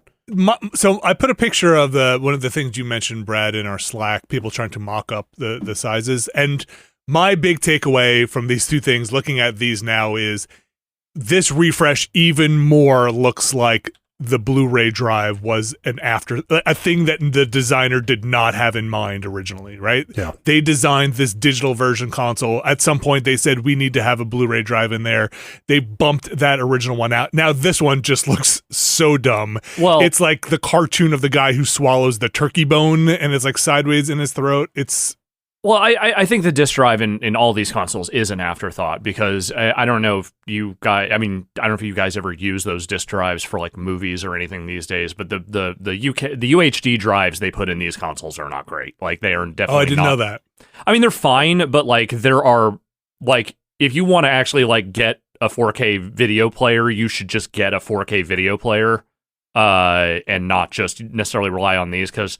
I found that like sometimes there are certain discs that like just don't work very well with. You're speaking specifically of movies. I'm talking about movies, yes. Yeah, right. Game discs are game discs, and I mean, who the fuck is buying game discs anymore outside of people who can't get good broadband internet? Which again, that should be a fucking people do, thing. And like I don't want those people to don't email me. I'm saying it's not their fault. I'm saying Yeah. they should have access to broadband internet and not have this problem. But the problem is that we live in a world where that is not the case. Well, the other thing is that physical games, if not at launch, come out cheaper, like go on sale pretty quickly. Like there's the whole secondhand market of trading stuff in. There's physical retail going on sale. There's stuff shutting down and not being able to get it anymore unless if you have which Alex, you'd obviously know that. You know me. I'm pro physical media. I'm all for it. Like and for the games, as far as I know, it works fine. I'm just saying if you want to use that as like a 4K video Blu-ray player, which is kind of the selling point really for getting one of those consoles at this point.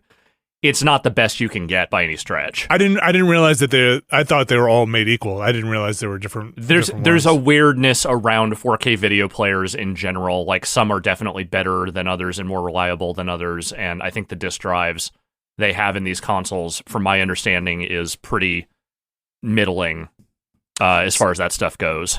So Brad, I couldn't find any difference in these things. Aesthetically. Aside from the two USB-C ports on the front now, are there any other differences going on here? Yeah, they've taken the USB-A ports off the front. It's just 2C now. The internal SSD is slightly bigger, but it's a terabyte now instead of 500 gigs, right? No, it was 825. Isn't that what the original PS5 launched with? Yeah, but how much of that is actually usable? It ends up being like 600 and something. Right, usable for games in the launch model. I'd have to look. I think it's 825 is how they described it. So this is a terabyte, so somewhat bigger. Okay. But I mean, that's with the size of games these days. That's like 1 to 2 extra big ticket games. Right. So better, but not a huge difference. But same GPU, same CPU, everything else. Zero everything. And still, like, expandable storage, I assume, is the same solution as before? I assume so. I don't think they addressed that. I'm sure it is. That's just kind of Sony's. Well, now you get 2 panels that come off instead of which that whole shell, I guess, doesn't have to come off now. It's a little more modular where the 2 top parts can come off and the 2 bottom parts can come off. And I think, are they supporting Wi-Fi 6 now? Was that different? I can't remember. That may be the case. I want to say 5 was the last go around. Is 6 AX? It does AX. I can't remember if the launch model did or not. I don't think it did. I think that's right. Okay, so that's a little different. Yeah, it's But that's what it is it's a little different.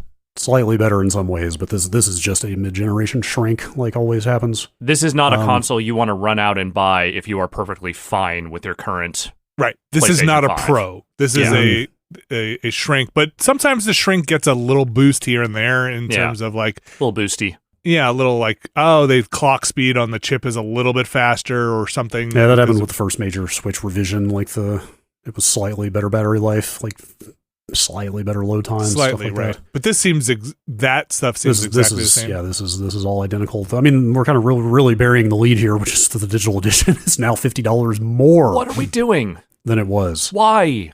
Because you got that port for that drive, man. You could add a $70 Blu-ray drive to it.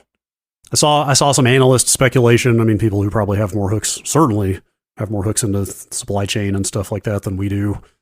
Speculating, it was $100 difference between the digital and disc before.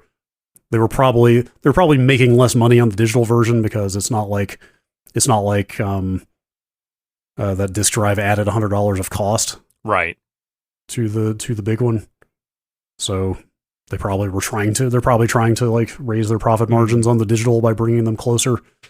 And then I think it's 80, right? 80, it's $80. Yes, it's US. If you buy the digital one and it is a great option. Like I will definitely say it's pretty awesome to see this as an option that like, hey, I bought the digital one, but I'm not locked into that. I decided I want discs later. I can actually make that happen. Like that's cool. I think I would have done that if knowing that A, I don't use that thing for movies, B, we're not getting pre-release stuff on disc, right? So like that I don't use the disc drive on that thing much at all. So I think I would have done the digital version personally, and then got the upgrade if I needed it, and just kept the upgrade in a box for when I need it because I don't need the extra volume. Mm-hmm. I think it looks better without the drive on it. Like I think objectively, right? Like this thing just looks better. I'm never gonna buy a console that doesn't have a drive on it if there's an option to get a drive on it. But you're right, it does look weirder with the drive than without. But yeah, I don't know, Brad. You're not in a market for this thing, right? It's nah. Like there's just, if I would say if there were even the slight, because I've been thinking about another PlayStation 5 now that the kids play a lot of PlayStation 5 things. Mm-hmm. And if there were the slightest hint of internal guts upgrade, that would make me consider it. But at this point, it's just my PS5 works fine. It's not like it has it doesn't have like red ring stuff. It's not the same thing where the launch hardware had this big issue with it, right? And I will say the fan has become fairly audible in mine. Same. I've got a little bit of a clicking sound that's coming from mine. Yeah, it was completely silent at launch, and I can definitely hear the fan going now. I think I might just try to replace the fan. You might be able to, like, it might be worth keeping an eye out. Like there might be some like. It's kind of unlikely, but there might be some decent sale on the current model. Yeah, maybe I will. I think that has happened in other territories a little bit. So like, there's a chance, you might be able to get the old one for $50 off or something. Around Black or they're Friday going to have a run on the old digital model, and those are all going to sell out. Yeah, I mean, actually, yes, because that is the cheapest way to get a PS5 now. Like that's price is going up. Yeah, so that might be the case where the old digital model is just selling out. But yeah, I'm not in the market for a pro version of this, and I think we're just this is it, right? The PS5. You think until we get the next gen one? I mean, there are persistent rumors about a PS5 Pro, which I think have somewhat been reported by the same people who reported this. So that seems like that could be happening. I mean, whether it actually comes to market, who can say? Because Microsoft seems pretty clear that they're not going to do that. So I don't know. I don't know what the world looks like where only one of the two consoles ships an upgraded model and not both of them. I can't imagine Microsoft doing it because they would still have to support the S, right? Yeah. So now you'd have 3 tiers of things you're trying to and they're already having a hard enough time like keeping their branding straight. So it's like, that's not a good thing to add. But yeah, I think I would, unless my PS5 bails in some weird way, I think I'm good for now. Or if there were like a severe price drop, which I don't think I'm going to see anytime soon. Not in the immediate future. All right. So that, Brad, do you have a date for when this thing is popping? November, I believe they've said. Is it with the Spider-Man? No, that's this one. Oh, the Spider-Man bundle is the old model, I believe. Yeah, you're right. Why? Because it was in their press release. 10 days away from the launch of Spider-Man. Yeah, they're just promoting. All right.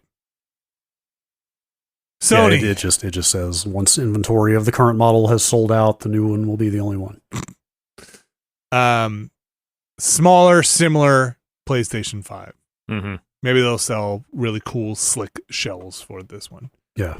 Yeah, I mean, it's kind of rough looking back at, like, I think the last 2 gens at least. Like, generally the price goes down when the console gets smaller, right? But yeah, seeing it go up is kind of a rude awakening. It's the world we live in now.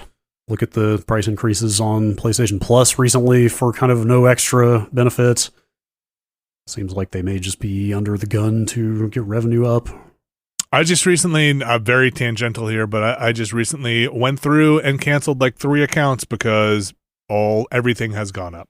Like all of the accounts I have gone up, and I was like, well, that's it. Like in order to keep my budget the same, I have to cancel these 3 things because even though everything goes up by $2 or $3, that adds up in aggregate to enough to be like, well, do I use my Marvel subscription for the comic book stuff enough? Mm-hmm. I don't. Is it worth it? Do I use my Audible account? I sometimes, but not enough to. Not often enough. Yeah, so it's real. Everything got more expensive. So, I don't know if anybody's heard. You heard it here first, folks. Yeah. Speaking about the high price of doing business. Mm-hmm. Brad, do you want to take us into who's paying the price over at Not Unity? Much to say here. John Riccitiello is out at Unity. You won't have John Riccitiello to kick around anymore. That's just about all they've said, other than, he will advise the company to ensure a smooth transition. They have an interim CEO, but they are going to be looking for a full-time one. James Whitehurst is the interim CEO, who I guess currently an advisor at Silver Lake, which is a private equity firm. Did not realize he used to be the CEO of Red Hat, which is a weird one from my other life, I guess. Anyway, it's kind of it. Like, that's, Well, I guess go ahead. Well, the big story, if anybody missed it, was the whole Unity kerfluffle with their pricing, and this is he was the end result of that. He was at the helm during all this kind of disastrous public relations kerfuffle over the last few weeks. I mean, there's like kind of Twitter theory crafting flying around about like, was he the one in the driver's seat here, or was it these people that have been added to the board lately who are all VC Silicon Valley types and like tight with Elon Musk and blah, blah, blah. Like, is that where this pressure is coming from? Who knows? But it doesn't matter, really. I think given Riccitiello's history at EA and the kinds of initiatives that he pushed forward during his time there, it is not out of the realm of possibility to assume that if he was not at the direct vanguard of what was going on here, he was more than happy to carry it out. Oh, sure. Yes, absolutely. Yeah, but the bigger thing, though, is will things get better from here just because he's gone? Not necessarily, I guess is what I'm saying. They still have a lot more cleanup work to do in the wake of his exit before any of that is going to happen. But like these pressures, I think, probably still exist there, whether he's the one running things or not. And I think the real thing is this is the most possibly predictable result of everything that just happened that could be. Like, if you did not have the money on Riccitiello leaving within this calendar year, you should not be gambling. Yeah, I don't see how the leadership of a company that does this much self-inflicted damage manages to survive. Honestly, I mean, it's like this seems like probably like business school case study in the future of how to sink your own reputation, or like literally blow a hole in the bottom of your boat, point the cannon down. I think at the very least, the business stuff would be a case in rollout and communication with an audience, right? Like and that's at the barest minimum. Yes. That's what I'm saying. Yeah. Like you again, not a developer here, but you could see how they maybe could have explained some of this as a corporation or a business. They're running into problems financially, not turning a profit, this whole thing. They're going to have to do some structure changes. What's involved the community? Let's talk about it. And maybe they reached something similar to what they originally wanted to propose, but they just showed their ass in like the they worst beefed way it as hard as possible. Yeah, right, exactly. And then had to walk it back. And there have been arguments of like, oh, are these anchoring strategies where you do something terrible? I don't buy it, because it's the hit they took on this was so terrible. Nobody would do this, step in this kind of dog shit. This is I am literally trying to undermine this company level stupid. Yeah. So, I'm sure they have lost some business that they will not get back. What that looks like, I think, remains to be seen, probably until the next big dev cycle comes around for a lot of people. Yeah. When they choose. I think I asked this question out loud 3 weeks ago, a month ago, whenever this started, about Megacrit, the developers of Slay the Spire, who had very directly said, like, fuck this, we're getting off of Unity, despite investing years into our next project on that engine. And I was like, I wonder if they'll stick to this now that things have reversed course and things seem mostly acceptable. Saw them out there very recently going like, we're headed for Godot. Goodbye, Unity. Really? Like okay. They are sticking with their plan to do all that extra work to change engines regardless of whatever backpedaling has happened. So there's one example of like, the damage is already done. I mean, I'm going to say just anecdotally from a few developer people that I know, even before this stuff got announced and they really just completely torpedoed their reputation, there were a lot of grumblings about the current state of Unity and what it was working with that company, to where even, if you've already committed to your engine, maybe you're sticking with it just until you can, easily transition in onto something else. But a lot of people that I had talked to about Unity were like, I don't know if I want to keep working with them or not. It's funny watching this exodus happen, and like, granted, the fucking Twitter For You feed is of questionable value in terms of its surfacing stuff that you may or may not actually want to look at, but like, now I'm starting to get enough. I'm starting to see some like open source drama around all these new users coming to Godot and wanting to change it. Oh, kind of the people that have been there, like maybe being resistant to that change. Sure. Now that a lot of people are moving to a thing that anybody can just like modify however they want, add this feature kind of stuff. Yeah. That is John Riccatello out of Unity. Can't wait to see where he lands next.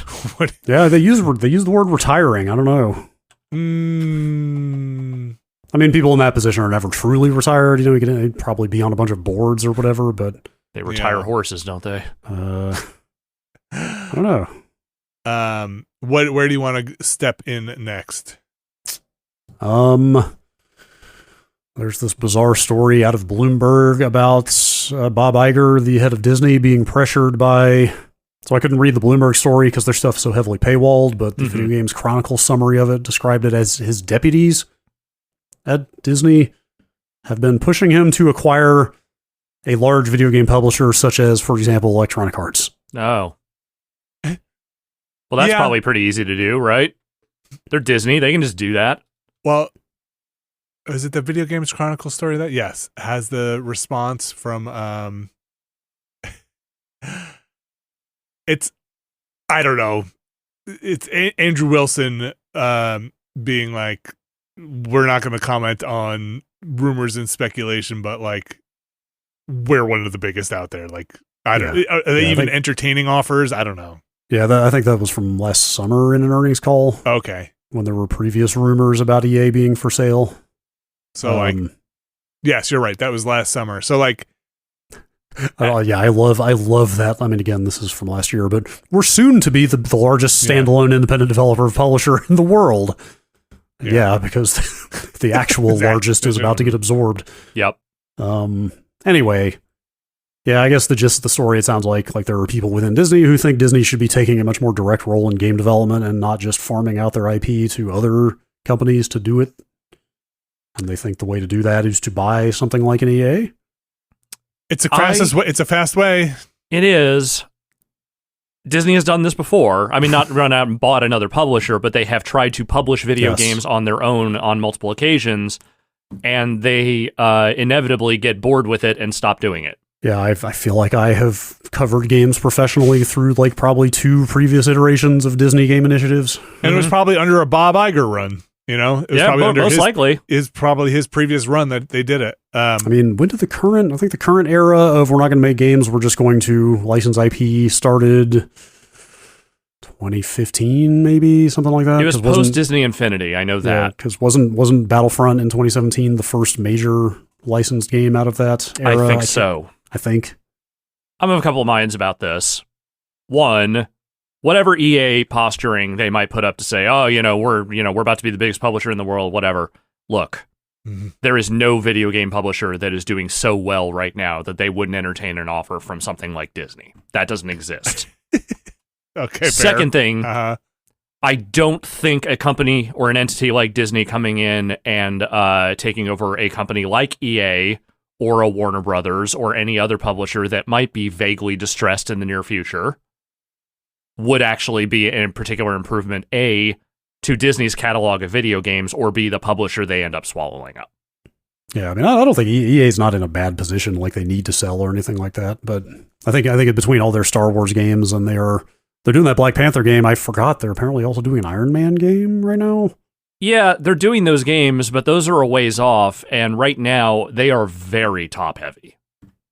Like, they have Madden, they have EA Sports FC, using the correct branding. Thank you. They have whatever Battlefield is going through right now. Mm-hmm. And then it's kind of a steep drop off from there. Well, I mean, look, they have Apex, right? Yeah, there's Respawn between Apex and the Star Wars game. Yeah, actually, they're doing Respawn's doing two Star. Well, you're right. I should not discount any of the Respawn stuff, though. Apex is very much in just selling content to existing players mode, though they're still selling a lot of that content, from what I understand. Yeah, I mean, technically, there's only one new announced Respawn Star Wars game, but that's assuming there's also a third Jedi coming, which there probably is. The Sims, I'm sure the Sims still does some money on the back end somewhere. Yeah, I mean, look, again, it's the same thing as Apex. They're selling content to existing players. It does not sound like there's a new game imminent. There's Immortals of Avium. Exactly. No. So yeah, we've talked about it before. We've been around this. We've heard people say it within, bigger things. People talk about big companies talk about buying companies all the time. It's I don't necessarily think they're going to do it. You got to take it with a grain of salt, but until they do it, and and then they actually do it, like where Microsoft tries to pick up Activision or somebody else gets sold. I mean, I think the thing that's unique here is that the pressure is coming from within Disney to do something like this. Yes, sounds like Iger is pretty blasé about the whole thing. So who knows if this will actually go anywhere or not. I just don't know what they would really get out of it. I mean, yes, obviously you could make money owning your own game publisher, but honestly, the most successful slate of Star Wars games they've had in a while feels like it's come from this current arrangement where they can sell their license to an X number of publishers. Yeah. I'm sure that's the problem, though. I'm sure people who look at that and don't know much about game development thinks why aren't we doing this all in-house? We have the biggest properties. We've got Marvel, Star Wars, The Simpsons. I don't know. We've got all these things. Why aren't we making our own games in-house until they do the cycle, turn the wheel again, try to do it in-house, realize game development is a nightmare, yes, and then splinter it out again. You might as well make somebody else make your game and then have them close their studio when it doesn't do well. I mean, I don't know how many people are still at Disney that remember the last time they went through this, but they do have John Drake, and he can at least tell you game development is fucking hard. It's hard, and look, how do you mess up an Avengers game, right? You should go take some notes and go see what happens there, because not everything just hits because Iron Man is on the cover. Right. It's a hard industry to get into. If anything, video games are now exceedingly late coming to the Marvel boom, because these days the Marvel movies are not even at the Marvel boom level that they once were. And look, I think video games have mass appeal more than ever, but also more than ever? More than ever. Okay. More than ever. You heard it here first. More than ever. Never been a better time to play video games, and people are doing it. But also, video game players are the most fickle bunch of people you will ever meet, and are ready to drop move on so quickly. Oh, yeah. From a franchise, and they will salt the earth like you have never seen before in a way that you can't recover. So, if you think you can just dump out like you do the Marvel Cinematic Universe in video game form, go take a look at what Warhammer is doing and just pooping out games left and right, and maybe 5% of those hit in a way that is mainstream. I just think you're right. Disney could learn something from Warhammer. We all could, really. Couldn't we all? The chaos is inherent. Yeah, like if they are gonna just drop out 15 games a month, like are you gonna get they want to make a Mandalorian game, an Ahsoka game, like have all these things ready to go. I just don't think the industry works like that anymore. No. I don't think those licensed products that are turned around in a month can happen anymore. Games take so long and the lead up takes so long to make a good game.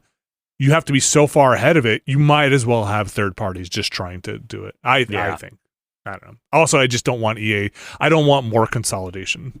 No, I don't either. I'm not necessarily saying like, I want Disney to go out there and start buying stuff, but like, I'll say it again. I don't think any publisher is going to just say no to that possibility if it is genuinely presented to them. I bet Take-Two would say no. No, Take-Two would think about it. That's what I'm saying. I'm saying any publisher would think about it. Take-Two would probably be the fastest to eventually say no, but I think any company being approached by Disney in this way would at least think about it. Yeah, I mean, look, Disney is very big. It is. And they want to get bigger, apparently. But I think I just worry, like, if Disney gets EA and when it doesn't work out again, what happens to EA? Yeah, that's definitely the fear. They sell it to a venture capital firm, if recent memory is any indication. I mean, yeah, assuming EA is even a distinctive enough entity from Disney to sell at that point, right? It depends on how tightly they absorb it and integrate it into Disney. Anyway, that last Star Wars Jedi game was pretty good. So yeah, make more like that. Speaking of Activision Blizzard, Brad. Mm-hmm. They put out a random tweet about Activision Blizzard games on Game Pass, which is certainly in advance of this deal closing, which wasn't the 17th, the deadline for that to happen, I think. It's seeming like they want it to close in the very near future. The deal's happening. If anybody wants to bet me $1 million that it's not happening, please do so. I will take that bet. Anyway, they just tweeted randomly about, we've been getting questions about our games being on Game Pass. Wonder why. While we do not have plans to put Modern Warfare 3 or Diablo 4 into Game Pass this year, once the deal closes, which I do like the certainty around that phrase, even though, of course, it's happening.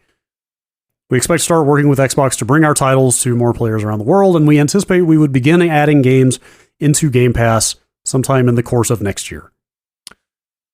So, maybe not on day one, but it sounds like it's coming. I don't know why that side just escaped, but it's definitely, that's a pretty big deal. Yeah. Like, there's a lot of stuff. Thinking about them mentioning Modern Warfare and Diablo coming to Game Pass, I don't know, did something to my insides in a weird way that's like, oh, what? Right, yeah. Knotting you up a little bit? Well, I mean, considering where Diablo 4 kind of wound up, I'm sure it has done gangbusters in terms of money, but like reception, maybe not so great, but. Yeah. I mean, there's, it's games. There's always room for a turnaround. Yeah. You just got to turn all the knobs. You just got to make all of the loot and the currency drop like 10 to 20% faster. That's right. Everybody will be happy. But just in terms of attracting people to Game Pass and making that decision, seeing that all of a sudden was like, oh yeah, that's going to make people be like, why would I get anything else? I'll get an Xbox and I can get the games I want for free. I'll just, quote unquote, their words, not mine. I understand you pay for Game Pass. There's a bunch of stuff here because there's some low-hanging fruit that it seems like could come to the service kind of whenever, like Crash Bandicoot 4, like those the Tony Hawk 1 and 2 remasters, just like some of the side Sekiro, maybe. Some of the side stuff Activision has done over the last 7 years or something. That's kind of whatever. Then there's the Diablo 4 and Modern Warfare 3 are the current huge games. Like, are they going to put those on there or not? Maybe they hold out on those a little while. The thing that actually is the most interesting question to me is, what about the other 18 Call of Duty games? Oh, yeah. Like, are they going to put every old Call of Duty game since 4 or even since the beginning on Game Pass? What have they done with Bethesda's back catalog? Some of it's on there, I think. Is stuff that is playable on it's modern? Pretty much all on there as far as I know. I know Oblivion, for example, because I downloaded and played it. Okay. At least going back to Oblivion is on Game Pass. So if it's playable on modern consoles, it's kind of on there for Bethesda as far as we know? I think that's more or less the case. And is like Wolfenstein, modern Wolfenstein on Game Pass? Yes, I'm pretty sure it is. The two new ones, yeah, for sure. And Dishonored is on there? Yes. Yes. Okay. I don't actually know that for a fact, but I'm pretty sure. No, I'm pretty sure I've seen Dishonored on there. But like, dude, there's so many Call of Duties, you know, like, yeah. Are you just going to be able to go on Game Pass and play any of the Black Ops games that you want? Like, am I going to be able to go get Advanced Warfare? I'm going to say... And just play it? You know what I mean? I'm going to say like, at some point, yes. Like the idea of just all those games, not necessarily just the current Call of Duty, because like Call of Duty is so focused on the current game that it's actually easy to forget there's this massive catalog of annual games going back to 2007, right? So how will they sort Modern Warfare? What happens there? Right. Yes. How are you going to... Well, that's already in the back end, so I guess however they do it now.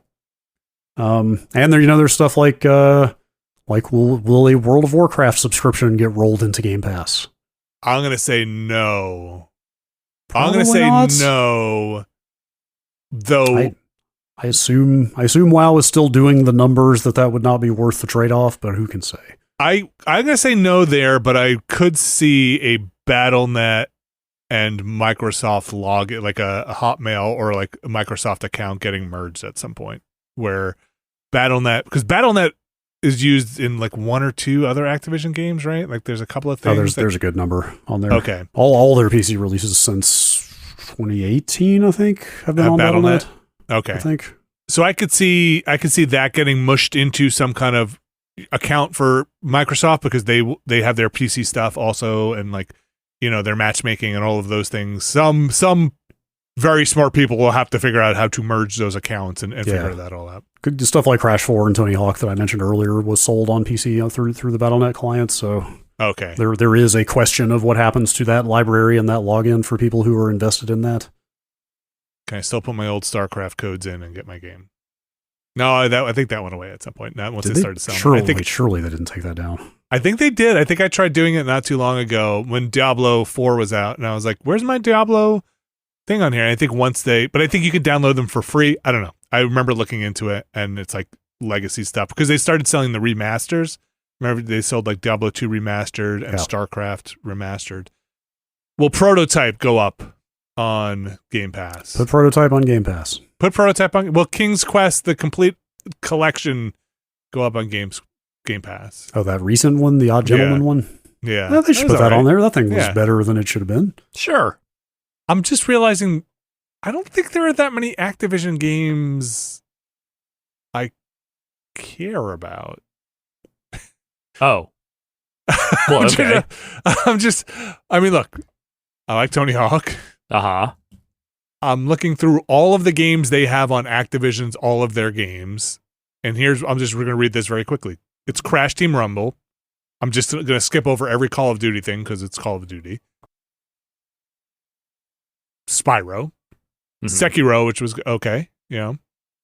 Skylanders. King's Quest, Prototype. Geometry Wars, Dimensions Evolved. Mm-hmm. That's it. Okay.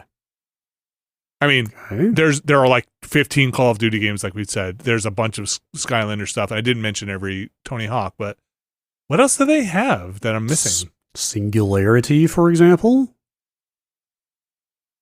I like Singularity. Singularity's great. Put Singularity on Game Pass. How come they're not promoting Singularity anymore? Make a new Singularity. How about that? Oh, that's a concept. Let Raven make a new game and let them make a Singularity too. Brad, I think that's a great segue into our next story here that you have about will they have the resources to make a new Singularity? Who can say? I'm going to let you guys take this one because my voice is starting to go. Well, according to good old Bobby Kotick, he says, well, with Microsoft behind the wheel here, maybe things like Guitar Hero. Oh, God damn it. What's wrong? Don't you like Guitar Hero? No, because every time Bobby Kotick says Guitar Hero, a piece of my spine starts to crinkle up. This isn't the first time he said it, according to this story, and I vaguely remember this. He has kind of dropped a Guitar Hero reference. I feel like a new Guitar Hero is in the works. Like to drop a Guitar Hero on his head. Why do you hate Guitar Hero? It's just I don't. I hate Bobby Kotick. So you could be saying anything, really. Yeah, I mean, look, let me be real. I know I'm I once worked as an objective media type, but, I think we're kind of far afield of that now, so let me make my true intentions clear. Bobby Kotick fucking sucks.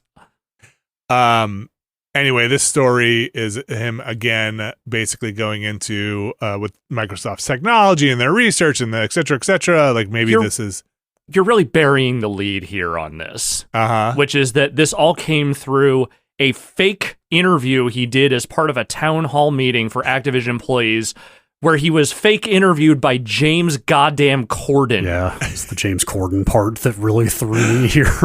They fucking hired James Corden to do this town hall for Activision employees. To be fair, after the last time, they weren't going to hire Kara Swisher again, but still. Fair. Yeah, fair. Are you telling me these weren't hard-hitting questions that James Corden was coming up with? And then, like you hinted at, the other thing is that he talked about Guitar Hero in the context of Microsoft's R&D efforts toward machine learning and stuff like that. Yeah. What the hell does that mean?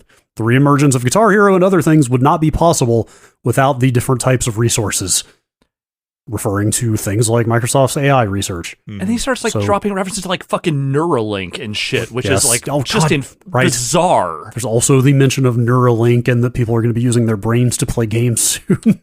Unlike now, where no one uses their brain to play a video game. Yeah. What is an AI-driven Guitar Hero? What is that? There's probably something in there that is like, listen, Bobby Kotick doesn't know what that means.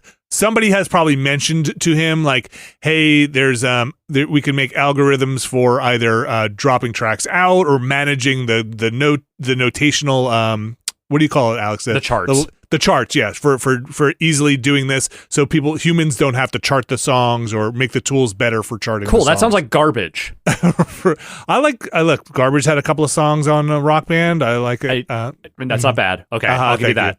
But here's the thing: that my recollection is that the charting software that existed years ago also could potentially pull out, a default chart. But that thing was a thing that you had to then go in and fix up and, curate and build in a way so that because the AI is not always going to recognize everything correctly. And if you just barf out a bunch of fucking AI generated tracks, they won't sound good or look good or play good. And, what he's talking about here is, just him throwing a bunch of industry buzz terms around while talking about a franchise that is dormant, which fine, whatever. But the real thing is that there's no demand for this. As much as it pains me to say this, whatever he's talking about here with Guitar Hero can't exist because there is no demand for a new series of plastic instrument video games out there. Whoa. No, there isn't. We're playing with our minds, man. Where are these plastic instruments coming from? No, we're not. I'm using my brain, okay? Oh, look, if he wants to break into my house, shove a microchip into my brain so I can play Guitar Hero when I'm unawares, fine, whatever, but we are not anywhere near that. Did you get a COVID shot yet? Because you're playing Guitar Hero already. I don't take anything that is being said in this seriously because this is the dummest possible thing. Yes. This whole situation is dumb. This interview is dumb. Everyone, the scuttlebutt I saw was that Activision employees who were sources on this story, letting reporters know that this happened. Like the grumbling inside was like, why the fuck are we doing this? None of this is real. They're not making a new Guitar Hero right now. That's not going to happen. Even as soon as the Microsoft deal closes, that is not going to be the first, second, third, or fourth thing they announce. I 100% agree with you, and I think you nailed it when you said it's just a dude spouting industry buzzwords at a Guitar Hero. And he probably has fond memories because it was probably at a time when Activision was printing money, and it was like, that Guitar Hero and Tony Hawk, yeah, those were big earners, kind of thing. It was the last time he could actually get, leap over the people making fun of him and say, well, who cares, because I'm the fucking big dick in video games and I am swinging my plastic instrument around as hard as I can. Right. Nowadays, he's just an object of ridicule. Activision is still doing well, but let's be real, the number of scandals and other things that have come around Activision Blizzard in recent years have definitely tarnished what was already a pretty bad image for the company and for Kotick. And at this point, he's just remembering Guitar Hero because it was the last time he could just say, yeah, we were number one at something other than Call of Duty. Yeah, and again, that just seems to be the nature of big corporate-driven creative media and arts these days, is just kind of constantly mine the past because where are any ideas for anything new? Yeah. It's like, hey, has it been at least 8 years since we gave this thing a shot? Yes. All right. Time to dust it back off. You know why I know this is never going to happen? Harmonix got bought by Epic, a company that could just throw stupid money at anything if they really wanted to. And at no point have they even indicated they even had the thought process of starting up Rock Band again. Because they know they can't sell it at the level they would need to make any money off of it. Guitar Hero, Microsoft, they will recognize the same thing. And unless Phil Spencer really has a hard-on for making a bunch of plastic instruments in a factory and fucking selling that shit at retail again, it's just not going to happen in the near future. No, my hope is that he has a hard-on for making point-and-click adventure games and another Geometry Wars. And a new prototype, obviously. And, yes, of course, another prototype. And maybe do something with Hexen or Heretic. I don't know. Pander to my interests. What, well, actually, Alex, you probably know because we went to that event. What was that last Guitar Hero thing? What was that, like, video Guitar Hero thing? Live, I believe, was the subtitle. It was the one where it was the digital storefront where it's like you couldn't buy songs. There were, like, playlists. You know, you could subscribe to their ongoing song catalog or whatever. And it was they split the frets. So it was like 12 buttons instead of 6. And it was more streaming focused. Yeah, you were kind of paying like a subscription fee to stream songs from them. Also, I think you could play it with your phone. You could, and also I think it was the developers that made DJ Hero made that one. Yes, freestyle games, yeah. So and let me tell you, while I didn't love that game, I loved the ideas they had for that game, and I would have loved to see them iterate on that. The problem is no one bought it. Well, that's the thing I was going to get to was like, I think Bobby probably thinks people are going to play Guitar Hero, whatever, on their phone and stuff like that. I just don't see it, but maybe I'm an idiot, but I don't see it because of that thing. What if there was a plastic guitar peripheral you could plug into your phone, like it was a DS, where you could plug in a thing to your DS and play Guitar Hero on the go? Yeah, I think you nailed it when you said it's just buzzwords being thrown about. Like it is really. I don't think Bobby. I'm sick of talking about it. Yeah, right. Exactly. I don't think Bobby thinks at this point. Bobby just says stuff. I kind of have mixed feelings about the Microsoft Blizzard acquisition or Activision acquisition, but I don't have mixed feelings about not having to hear about Bobby Kotick in Activision anymore. If and when, it sounds like it's a when this goes through. I'm still just waiting for the day that they finally announce they are going to punt that guy into the sun. And the longer this goes on, the more I feel like they're actually not going to do that. He's going to sail away on a golden ship out of there at some point, which I would say will be 6 months after. They'll probably want him out of there as quickly as possible, so they'll probably pay him and he'll have 3 months after this deal closes, and he'll walk away with his millions and billions. Oh yeah, no, don't get me wrong. When they punt him in the sun, he will have, the fucking golden fireproof suit that goes along with him. Like, he will be fine, whether he should be or not. But I don't know, the way this stuff is going, I almost wonder if there is like some actual hurdle to getting him out of there that isn't just, well, we have to pay him first. This is kind of off topic, but I would assume that even if they do, they just put him in some kind of advisory role or something. If they have to keep him on the company, you just don't hear from him again in this capacity. Right. They send him to the same farm that Jay Allard went to. I really think when this goes through, because I don't even, ifs just sound so silly now because of all the progress they have made on it. Xbox and Microsoft games has so much PR work to do, and I feel like Phil Spencer's actually pretty decent at reading the room on that stuff, and I feel like they're going to want to spin the best version of this possible, and I just don't think that version has Bobby in it, like, at all. Like, I think Phil is aware of the temperature outside to know that even putting Bobby's name in a thing, there's not going to be like a Todd Howard moment with this thing going on, where they're going to have their own thing. They're going to have their version of Todd Howard coming up during Activision Blizzard stuff. I feel like they're going to find either a new face or like Phil is just going to be the face of that thing. No, like, look, that's even putting him in the same breath as Todd Howard, a guy who I do criticize, but is nonetheless, the face of that company for a good reason. Like, Bobby Kotick is not a guy you want to be putting up in front of anything that isn't an investor call, because he is a void of charisma and just a genuinely unpleasant person. And his reputation more than precedes him at this point. Do they have a front man? Like who like they don't, right? It's him, because the thing is they only ever talk to investors for the most part. Well, who's maybe somebody out of Blizzard at this point? Like I think some of those people got run out on rail. Yeah, who just came back? I don't feel like Blizzard has ever really fully had a new face since Morheim has been gone for years now. Yeah, again, I don't know. Like, we'll see. This thing is gonna hit some kind of conclusion very soon, and I do not think it's gonna have Guitar Hero resounding out of it when it does. Yeah, it might have James Corden. We'll see. The fuck? I'm sorry. I'm still just like reeling from this. Like, what are you doing, man? Look, will Guitar Hero come back at some point? Probably. Will it be phone based? Probably. Yeah. But like, I don't know. Will it be on Game Pass? Probably. Will Game Pass be on phones? Are you saying will those old Guitar Hero games be on Game Pass? Absolutely not. No one's paying that licensing money to make that happen. Those will not. It will never happen. No. Would a new Guitar Hero game be on Game Pass? Yes, if they did a new one, they would absolutely put it on Game Pass, but I'm telling you, they will never go back and make those old ones playable. Yeah, I guess you would too, because you just sell all that stuff DLC, right? And you just then on top of that, you'd make those licensing agreements with that built in, as opposed to having to do it after the fact. Assuming you're even selling the songs at all and not just rolling it up into a subscription fee. Yeah. Subscription fee. Which you do still have to pay artists based on that. But, as we know about subscription stuff and streaming, you can pay them a lot less. Never let anybody own anything if you can charge them monthly to keep playing it. Mm-hmm. Do you think Epic and this is going on a little bit longer, but do you think Epic and the Bandcamp stuff, do you think they ever had designs on Rock Band and Bandcamp doing something?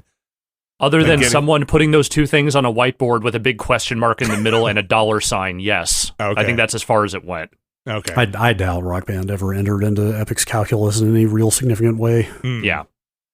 I was just wondering if they thought that maybe they could feed Bandcamp artists into Rock Band to sell songs through there with ideas that, if we can figure out the chart, whatever it is, I guarantee you that conversation was had, and if they didn't have that conversation until after they had already bought it, that is malpractice. I mean, I would be surprised. I mean, a lot of things about that sale were malpractice, so yeah. All right. I think that is what a weird news week. PS5 getting slightly smaller, but and slightly more expensive. Just now has a detachable, reattachable disk drive. Detachable disk drive. Riccatello just kind of unceremoniously retired, air quotes. Trust me, the ceremony you would need to get him out of there would involve a lot of blood, so it's probably for the best it was unceremonious.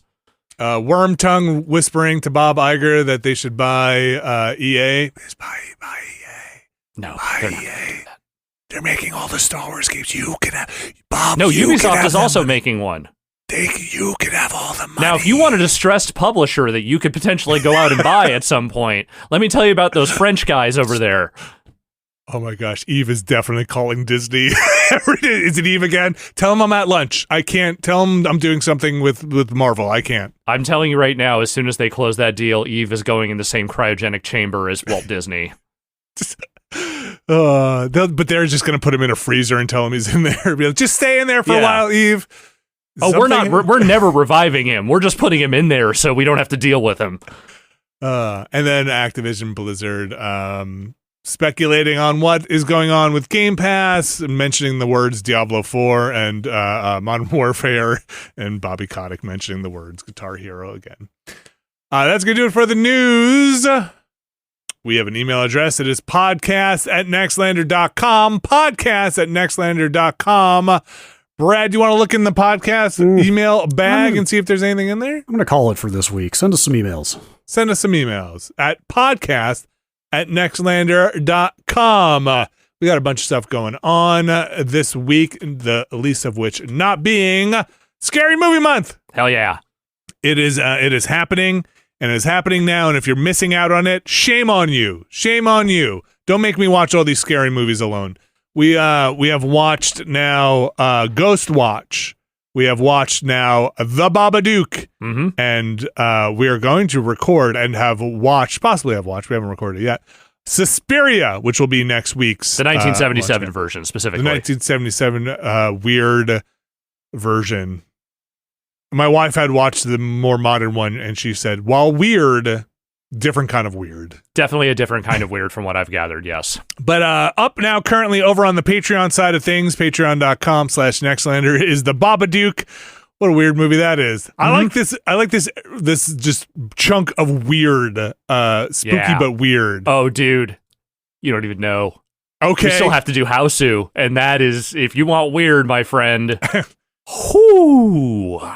Schedule is out there over on the Patreon. Again, patreon.com/Nextlander, where you can check it out.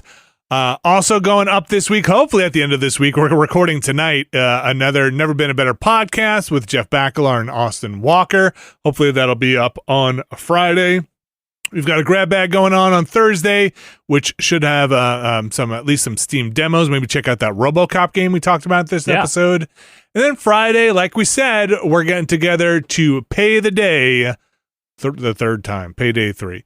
We'll probably run that one. That'll probably be an hour and a half. Just a heads up, Alex and I have to bounce out of there to go to a wedding. Yes. To a wedding. I mean, I don't think we want to dox whoever it is that's getting married, so we'll just say we're going to a wedding. I was just going to say maybe a picture of Alex in a suit. Maybe. It could happen. It could happen. It could. You have a suit and you have a wedding. Well, I don't have it in hand yet, but I'm going to go pick it up this week, so. I can't wait. Have you seen me in a suit before? I wore one to other weddings that we've been at. I have seen you. Yeah. Oh, there will be no photography. No one will ever see it except for you. That's what I'm saying. Yeah. I got to smuggle out a picture of you in a suit. Anyway, check out that stuff. Band. Alex's suit has shorts. Yes. And a saxophone.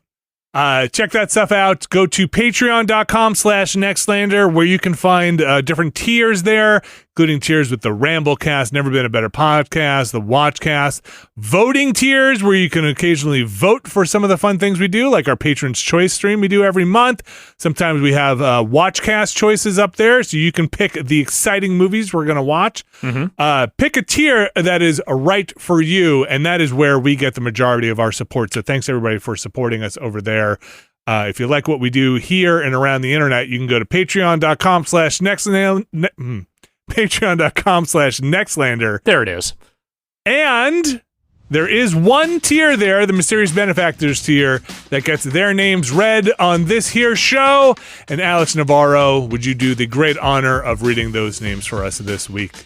I would be happy to do so. Our Mysterious Benefactors for this week are Ryan Waterman, RRE, Return of the Revenge of Alex's Heebie-Jeebies, John Richardson, Vornak, Infelicitous Rips, Kelly F., Brian Lucier, Skywarp, John Hubbard, Sean Miller, Brad's Midsize Hoodoo Voodoo, Evan Cook, Mark Wilhelm, The Babadook Stole Deirdre's Cool Hat, Gary Pejsky, Robert Fisher, John McInnes, $, Peter Reardon, Thomas Lynn, Jad Rita, Statics, Andrew Jackson, Mega Brains, Razgriz 2, Brian Murphy, Randy Duax, Andrew Tiebkin, Alex Wu, It Me JP, Matt Clements Jr., Edward Chick, Andrew Slosky, Steve Lynn, Matthew Herrig, David Campos, and Tyler Treese.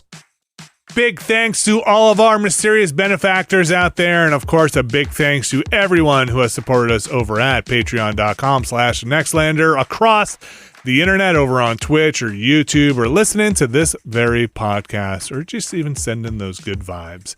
Everything is appreciated and helps, keeps us going with those watchcasts, ramblecasts, castcasts, many casts, podcasts, the many casts of Nextlander. Podcasts about podcasts. Podcasting about watch vocal coaches react to how many podcasts these podcasters can do. Oh my god! Oh my gosh, they really it's talk incredible. A lot. Now that's notice how Alex is hitting the kind of higher notes there in his head. That's got to be rough on the throat. Brad, is it rough on the throat? You have no idea. It is rough on the throat. That's going to do it. Thanks, everybody, for joining us for this week. Like I said, a bunch of stuff going on. Go check it out. We'll be back with another podcast next week. Thank you, Alex Navarro. Thank you. Thank you, Brad Shoemaker. And we will be back next week.